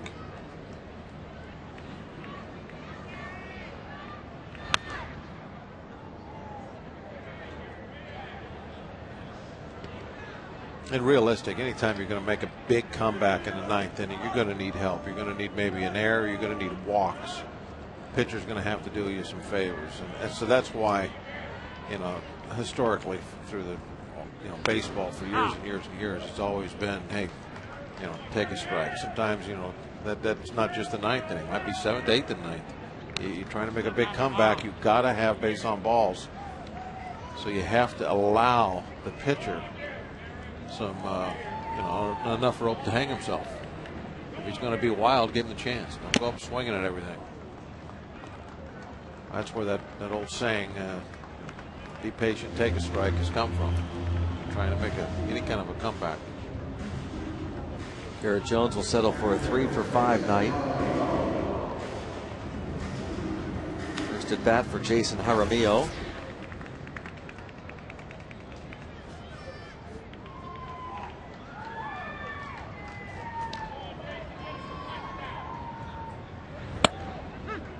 Jaramillo takes a strike. Now he can swing.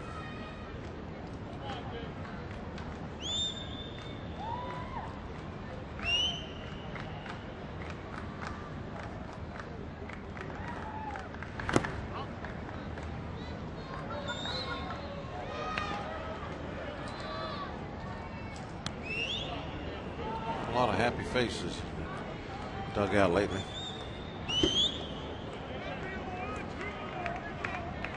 Oh, there's one. Yeah. Well, not much room on that left side with the Rosales swung well over toward the shortstop hole, but Jaramillo has himself an opposite field single. 14 hits for the Buccos.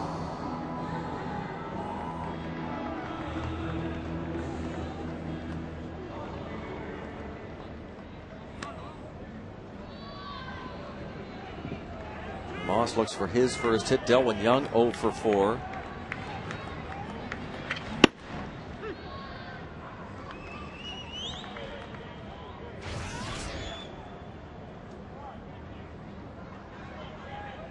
Hastings Millage on deck has 3 of the 14 hits.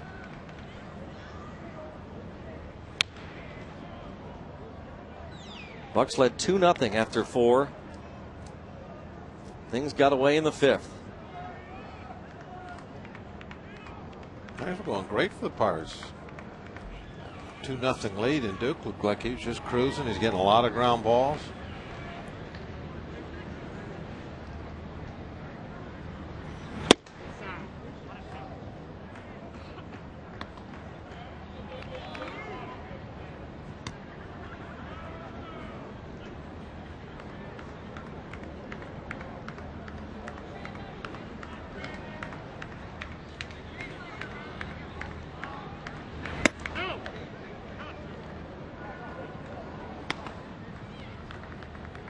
I'll tell you what, Fisher's got a great arm.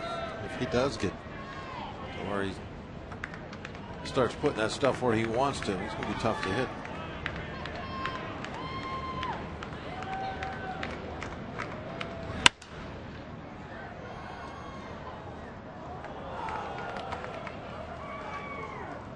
Moss faced Johnny Cueto his first 2 times up and popped a short fly to left. Against the left-hander Herrera, he grounded to first base, and he led off the 8th inning versus the lefty Pedro Viola with a walk. Cueto will go to 10-10 with a win. Duke will fall to 10-15.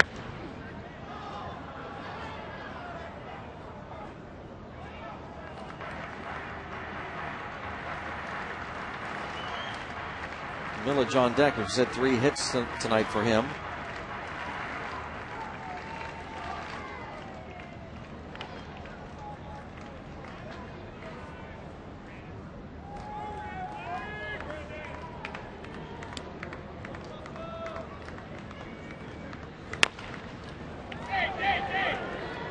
Rosales the bare hand and does a nice job to get Moss.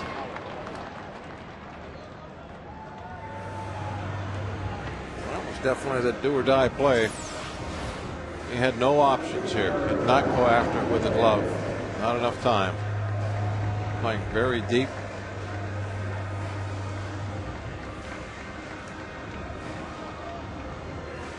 That was a heck of a throw. That was chest high right over the bag.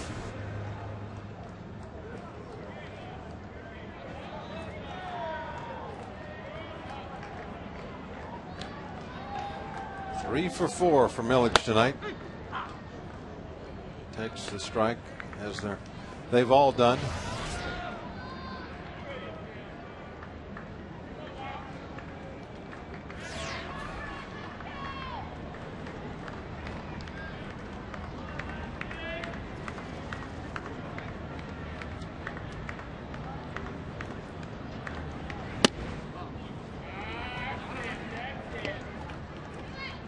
You really have to hand it to the umpires who have been, particularly the home plate umpire, long night, game seemingly well out of hand. They've got to stay credible. Call it just like they did in the first inning. At least they tried to, don't they, Bob? Yeah, I believe they do. Although, you know, there are times when. Yeah, to be totally honest with you, Greg, I have seen times where the plate gets wider when they've been out there all day and the score is out of hand. You know, it can't be ridiculously, so, but they'll start giving some pitches on the corners that early in the game they weren't. But I'm thinking right now that Cheetah's calling it pretty good. He's had a couple borderline pitches that Millage has taken. There was a slider earlier. That last fastball, I mean, you could see him throwing his right hand up on one of those, but he's not doing it.